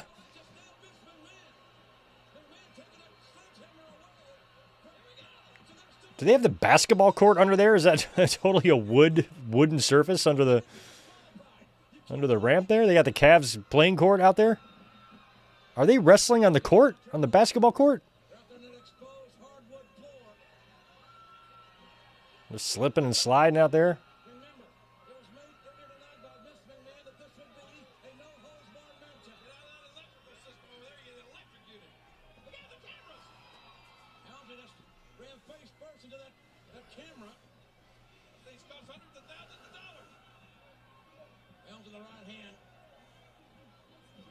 Champion with the WWF title on the line, and the rattlesnake exchanging right hands. Austin getting the better of the situation, and there's a knockdown by Austin on the WWF champion. The double expedition. Was Austin taking Helmsley now? Like, I barely remember watching this match.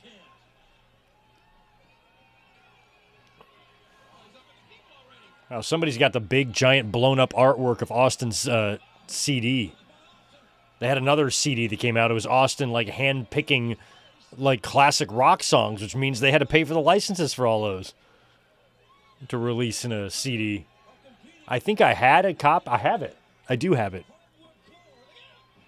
But I don't recall the song that's the track listing. I would assume AC/DC and shit like that, right?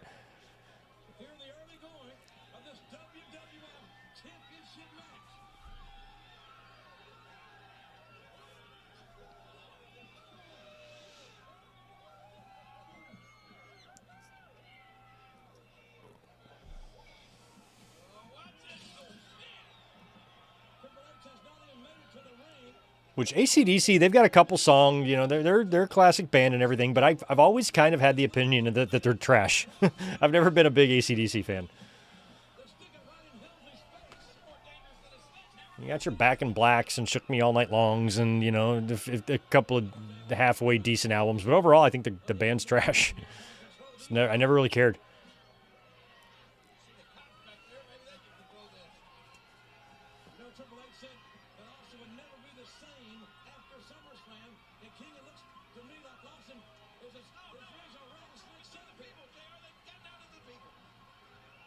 They're in the people. They haven't not made it to the ring yet. This is one thing about the match that I do remember, was all the brawling. Oh, really? Foxstar, thanks for the 5. Confession, this is pay-per-view is another one of those shows I intended to use as a template for a show in my fantasy wrestling league. That's interesting. Because I had very little recollection of this show. I'm glad we watched it because I haven't seen this in years and years. Just that ladder match I've seen a couple times, you know, over the last couple decades. But the rest of the show pretty much feels new to me.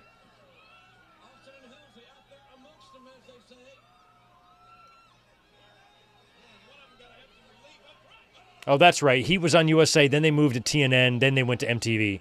So they might not have been on MTV yet. But I remember them, it must have been in the year 2000 yet, so it probably hadn't happened yet, but probably during the Sunday Night Heat versions, or the MTV versions of Sunday Night Heat, that's when they started trying that music video shit for a short time. But I don't think it lasted.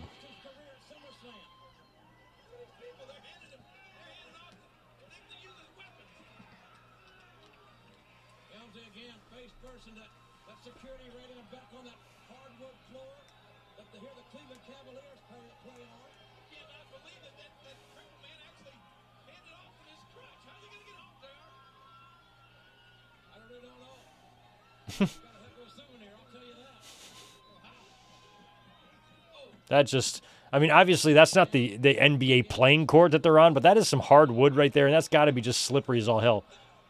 Oh, yeah. Oh, Triple H didn't even take the bump, man. He didn't even let himself get hit by it. Yeah, he lowered the boom literally.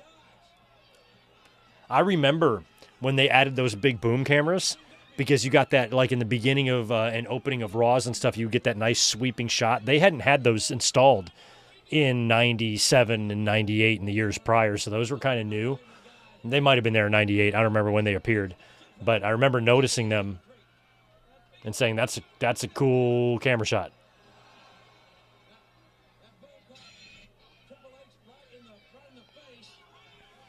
Thanks for 5 more, Foxstar. For this main event in particular, I was going to have The Rock challenging Jason Lee Scott from Power Rangers for the championship. I thought you meant Jason Lee. I like him as an actor, but I don't know who Jason Lee Scott is. I never ranged any power. I was too old for Power Rangers.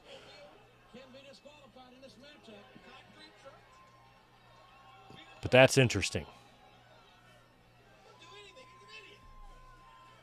I did a version of that when I was a kid. I used to have Hulk Hogan versus He-Man matches.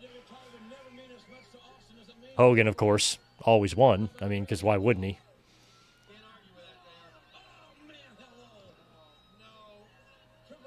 Most powerful man in the universe? That doesn't work for me, brother. Eat this leg drop. Look at Jim Dotson. What a stud. Over there protecting the little girl. Standing in front of her and maybe her mom. That guy died way too young. I used to laugh, like, all the different, like, when you would compare WCW to WWE, one of the funniest comparisons was the head of the security over there was Doug Dillinger, who looked like a grandpa, and then you got this jacked beast in Jim Dotson for WWE.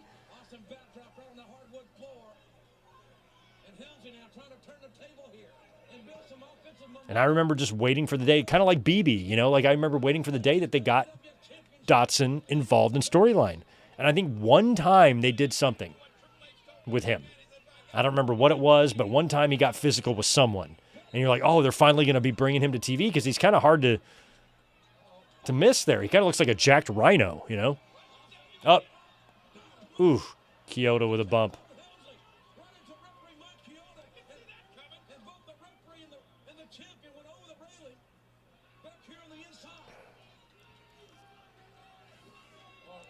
This is not good at all. The referee is moving very little. Yeah, well, let's take a look at why, JR. Here comes the referee right into your living room. Bingo! And we got this is a bad deal right here. Yeah, that's funny, Edward. Yeah, I'm about as illiterate about Power Rangers as you can be. My sisters watched it, but I never saw any of it. Never knew any of the character names or the blue one and the pink one, and I have no idea what any of them were called. Never saw the movies. We got what's left of a referee. But my youngest sister, I think, was the one sister that was into it. Triple H, the well-placed boot right at Austin's ribs. And now look at Triple H, stuff in the air right out of the rattlesnake. The challenger for the WWE title, now being took by the champion.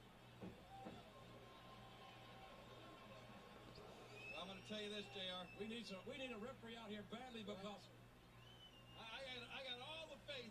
Yeah, I was more of a He-Man guy. When I was a kid, I watched Nickelodeon. Oh, stunner. Heathcliff. Remember Heathcliff? And Inspector Gadget. No ref because he bumped over the barricade. And that was actually pretty scary because Kyoto came down head first, but he landed fine. But the bump, like, when it was happening, I thought he was going to come down pretty hard.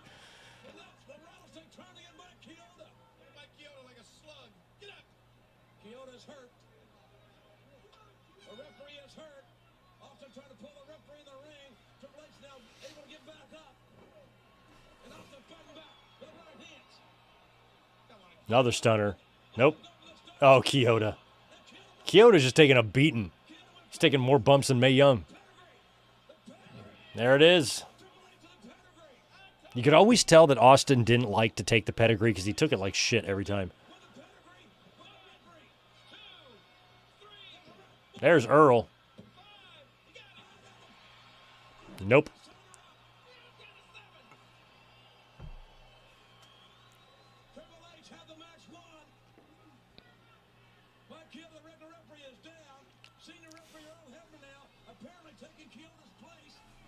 Yeah, the Nickelodeon I watched was like in the early 80s, like probably 84 or 85 or something like that when I watched Heathcliff and Inspector Gadget.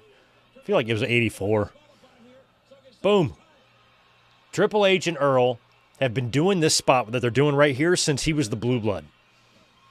When he came in as Hunter Hearst Helmsley, him and Triple H, or him and Earl started doing that shoving spot. And Earl would always win. He'd shove Triple H down.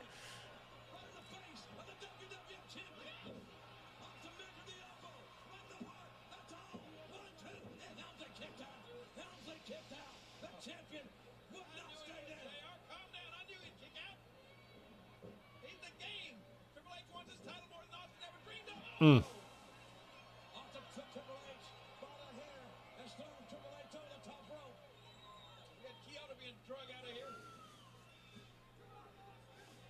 Kyoto being taken to the back. He'll need some medical attention.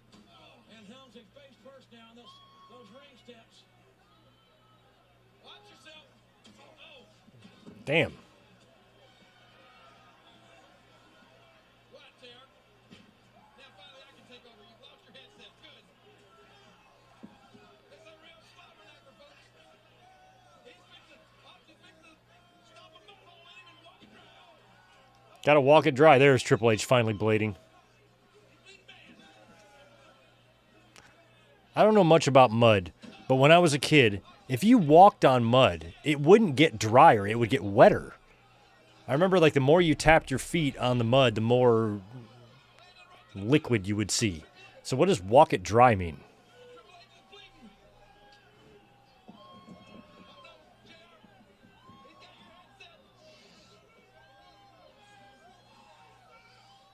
Triple H is being choked out with Jim Ross's headset, which makes Jerry Lawler a resident Joey Styles.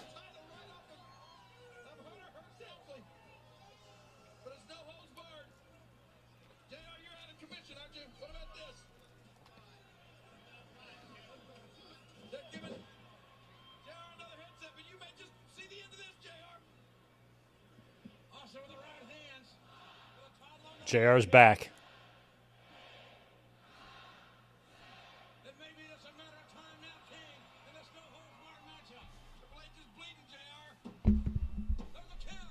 Nope. Too early. Get that blood on. Look at that blood all over you. Triple H. Oh, no, Austin. Triple H is gonna hold us off. But Triple H, the son of a gun, just will not stay down. And he's taking almost all out. Yeah, Alan. I remember Riff Raff. Yeah. A bloody, battered. I do remember that. I remember the intro, like the theme song. Like I can still sing it. I haven't watched that show in 40 years, but I still remember what the Heathcliff, no one should. Like I remember that. That unforgiving steel. I don't know why I remember that. I just do. Well, I'll guarantee you one thing, the title of this pay-per-view, living up to its billing. Austin showing no mercy on Triple H. And Triple H, man, he got broken his shoulder right there. He lived up to his billing all night long, JR. Oh, yeah. Triple H has won, all right. Triple H has been busted open at the hands of the rattlesnake. Oh, they're coming back here again. Wait, I saw that bum shirt. I've been looking at it all night. Like, look at the guy with the bum shirt. Remember in the 80s, it was Bugle Boy. Better than ever. They've been answered here tonight. Get off of me. I remember having a bunch of Bugle Boy shit in the 80s. Gets hurt badly. Remember, there's no disqualifications. Oh, is that the bell? That one went right back. No, it was the bell. That was a pretty clever maneuver. Give him credit. Yeah, that's how Brett did Austin in at WrestleMania 13. Remember? Whacked him with the bell during a similar spot. Nice callback there. Ding dong. Ding dong, the rattlesnake may be dead. Look out, Ken Austin. God, we're just like, what, 5 months removed from Owen Hart's death? It's so crazy. And this is the exclamation point. Oh, no mercy. Watch it over there. And Austin. Is that Steve Lombardi? No. I was like, that's not the Brooklyn Brawler, is it, in the WWF shirt? No, it's not him. And another right hand by the game. The game. Look out. Look out. You got it. Look out, Spanish guys. Carlos Cabrera. Hugo Saminovich. On a Spanish announce table. Austin may be broken in half. Helmsley is bleeding profusely. I heard JR go ding-dong. I actually thought the same thing. Helmsley's lost so much blood, he's weak, he can hardly get up. I don't know what Vince McMahon, maybe he didn't know what he was doing here. The total package. I didn't watch Arthur Gilbert. matchup. The consequences. Get out of my way. Oh, look out, look out, look out. Another right hand. When I was in second grade, we went to some live performance of Babar, like Babar the elephant or whatever. And me and a classmate, we just misbehaved the whole time. We had to go to the principal's office and got in trouble. Called my mom. We misbehaved. And look at these guys battling, JR. This proves that the WWF title is the most I don't regret it. sports entertainment. I'd do it again. There's absolutely no doubt about that, nor has there ever been, as Triple H now trying to choke a Stone Cold Steve Austin there. Whatever's left in the life of the rattlesnake, Triple H is trying to choke it out of the challenge. Not much left, if you ask me. He's pounding him. Come on, Austin.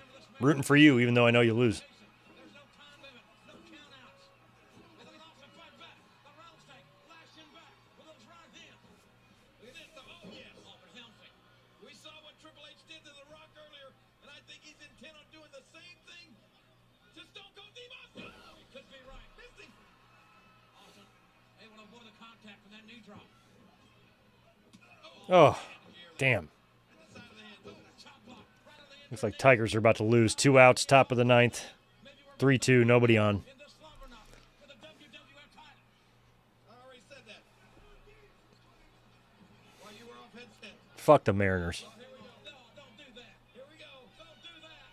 Oh, man. It's his leg wrapped around that steel ring post. Anything goes, JR. I know. Anything does go. If you want to play the game, you got to play it with the game. Again, Austin. His leg, his knee thrown and wrapped around that ring post by the game. Triple H, the WWF champion. This has been a war. A war not without casualties. Yes, Nick, heart and soul. I was a fan of Thundercats. I had the toys and I watched the cartoon. But he finds the courage, I did like Thundercats. the strength. You're right. Who remembers Mask? What about I had the toys for Mask, like little tiny cars and little figures that went with it, and the cars like turned into flying shit, and I had those too. Every adversity that he faced, I think Mask was an acronym. I have no idea what it meant, but his adversity came. I had Mask too. What about his injury? Yeah. And there may be more injuries in Austin's future if Triple H has his way here in this no-holds-barred war. You're not kidding.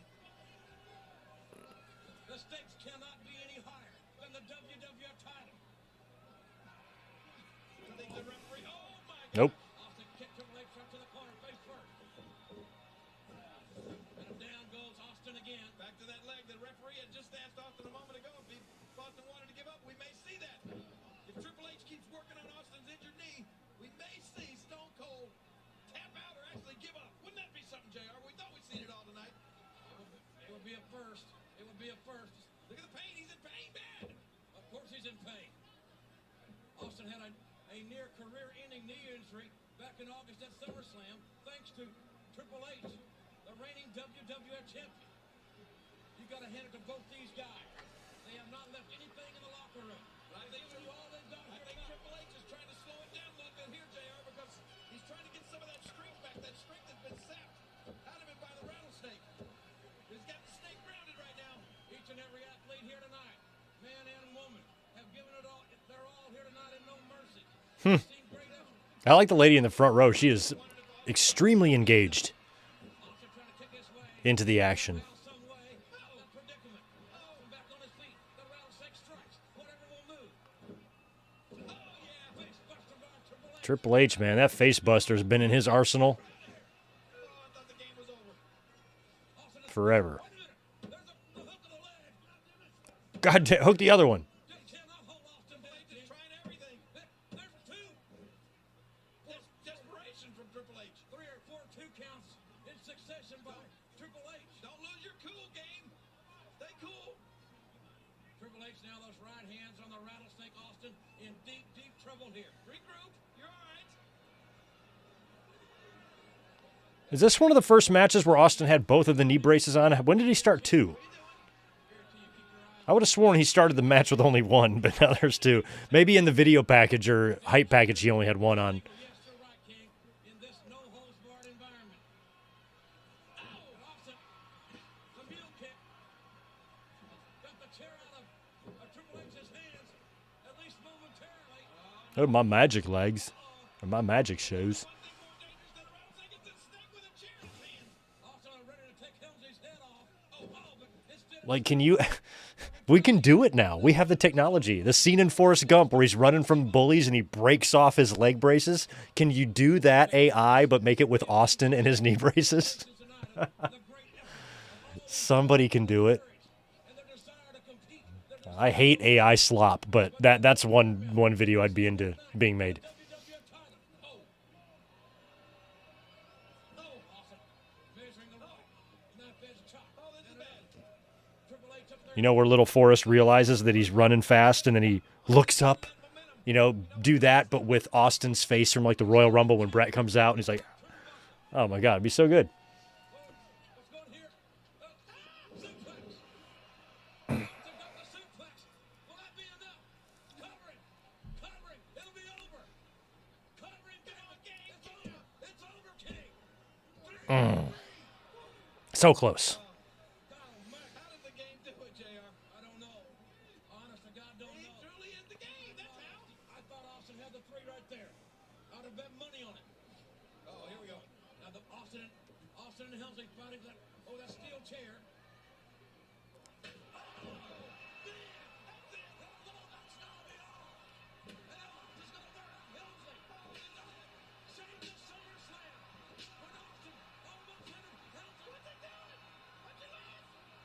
There we go.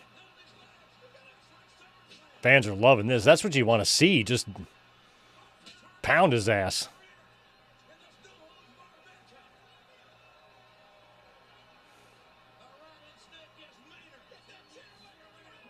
Oh, low blow.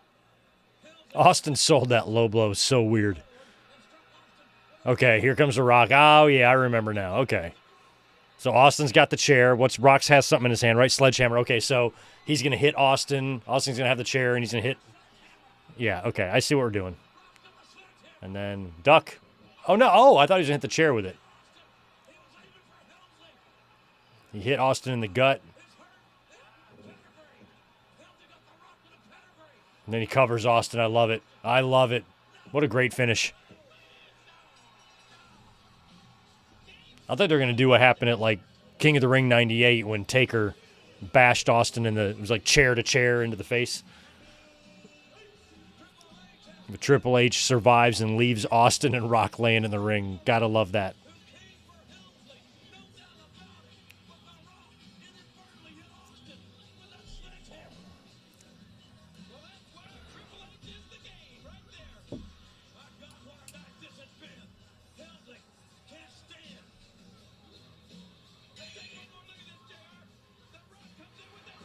Nailed Austin with it.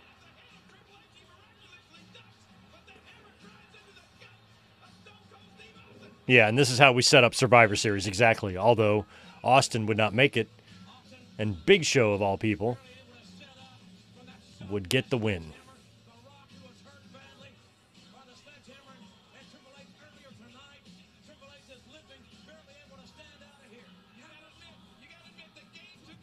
I just felt like running.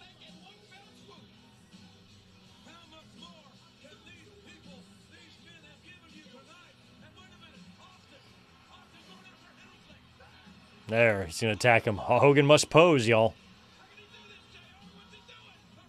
Nope. He's just beating him to the back. You know, Forrest Gump came out in 1994, and I graduated in 1995, and we watched Forrest Gump in drama class. Took us like 3 days to watch the whole day, or more. Might have been 3 days to watch the whole movie. I was like, this is a pretty good movie. Is he going to throw Triple H through glass? Oh, no, Triple H is going to escape. Is that China out there? The new Intercontinental Champion? Yes. So it's kind of how funny China is like a face in the Jarrett stuff, right? But she's kind of a heel when she's with Triple H. That is a weird dynamic, and we're about at the tail end of it anyway. Do Triple H and China ever appear on camera as champion and Intercontinental Champion together? It's a shame if they don't. All right, that's a wrap on No Mercy 99. We watched that finally, and I think we did No Mercy 2000 like last year or something. So we've done some No Mercies over the years, and hell yeah. Right on. Well, thanks, guys, for being here. That was a lot of fun. It's No Mercy 1999. I remembered very little about it, especially the undercard, and I barely remembered the main event. I guess, if anything, I remembered the undercard because the tag match is so memorable. The ladder match, I should say, is so memorable. But the rest of it was about what I expected it to be, and I'm glad we finally knocked this one out. So the jury is still out if we're going to be here next week, because I might have made some tentative plans with my sister a while back to watch the Chiefs and Lions game. So I might be doing that next week, but I'm not 100% sure on that. So if I'm not, we'll be here for a watch-along. If not, we'll be back 2 weeks from tonight. Also, still not sure about a Raw review tomorrow, but we'll probably do one, because my plan, at least the plan that I thought I was going to have for Tuesday, was that we would do like a fun double watch-along, but I completely forgot I don't have cable. And even if I did have cable, NXT doesn't air until local time, like 8 p.m. local time here in California, or 7 or whatever fucking time it comes on. 7, I think. I think it's 8 o'clock, whatever it is, which is after it actually airs. For the rest of us, I can't watch it live. So I don't have a VPN, and I don't have any use for a VPN. I suppose I could find an illegal stream, but I don't know if that's going to sync up so well. So we might do a review on Tuesday. I'm not sure. I feel like we got to take advantage of these two shows going head to head. I've seen the card for Title Tuesday. It looks okay. And of course, we have NXT and TNA Showdown as well, which also looks okay. So I feel like we should try to talk about it on Tuesday. So I'll figure out what to do. You very well may get me tomorrow night after Raw and on Tuesday, because tomorrow's Raw, we could see something on it. I don't think we'll do a review the following week because they're still going to be in Australia. But for tomorrow, I feel like we've got to get Braun Breaker versus Roman Reigns announced, right? So we'll probably be here tomorrow night for a short review after Raw. If not, I'll be up here Tuesday. That might be what we do as well. There's another possibility. I just got to take the rest of tonight to think about it. But maybe on Tuesday, if I can't do a double watch along, we'll come up here and do a review. We'll talk about Raw as well. That way we can knock out Raw, Dynamite, and the Invasion show. That's probably what we're going to do. Yeah. Tuesday night, we'll be here for basically a triple show review, Raw, NXT, and Dynamite. Yeah. So stay tuned just in case I change my mind again, but that is going to be the plan. So I should see you guys in 2 days. I don't think I'm going to see you tomorrow now. I think we're going to do it all on Tuesday night. That's the plan. Do me a favor, smash Mr. Thumbs Up button on your way out the door. I appreciate it, and I'll catch you guys Tuesday night for another big podcast. Y'all have a great rest of your night, and thanks for being here. Take care.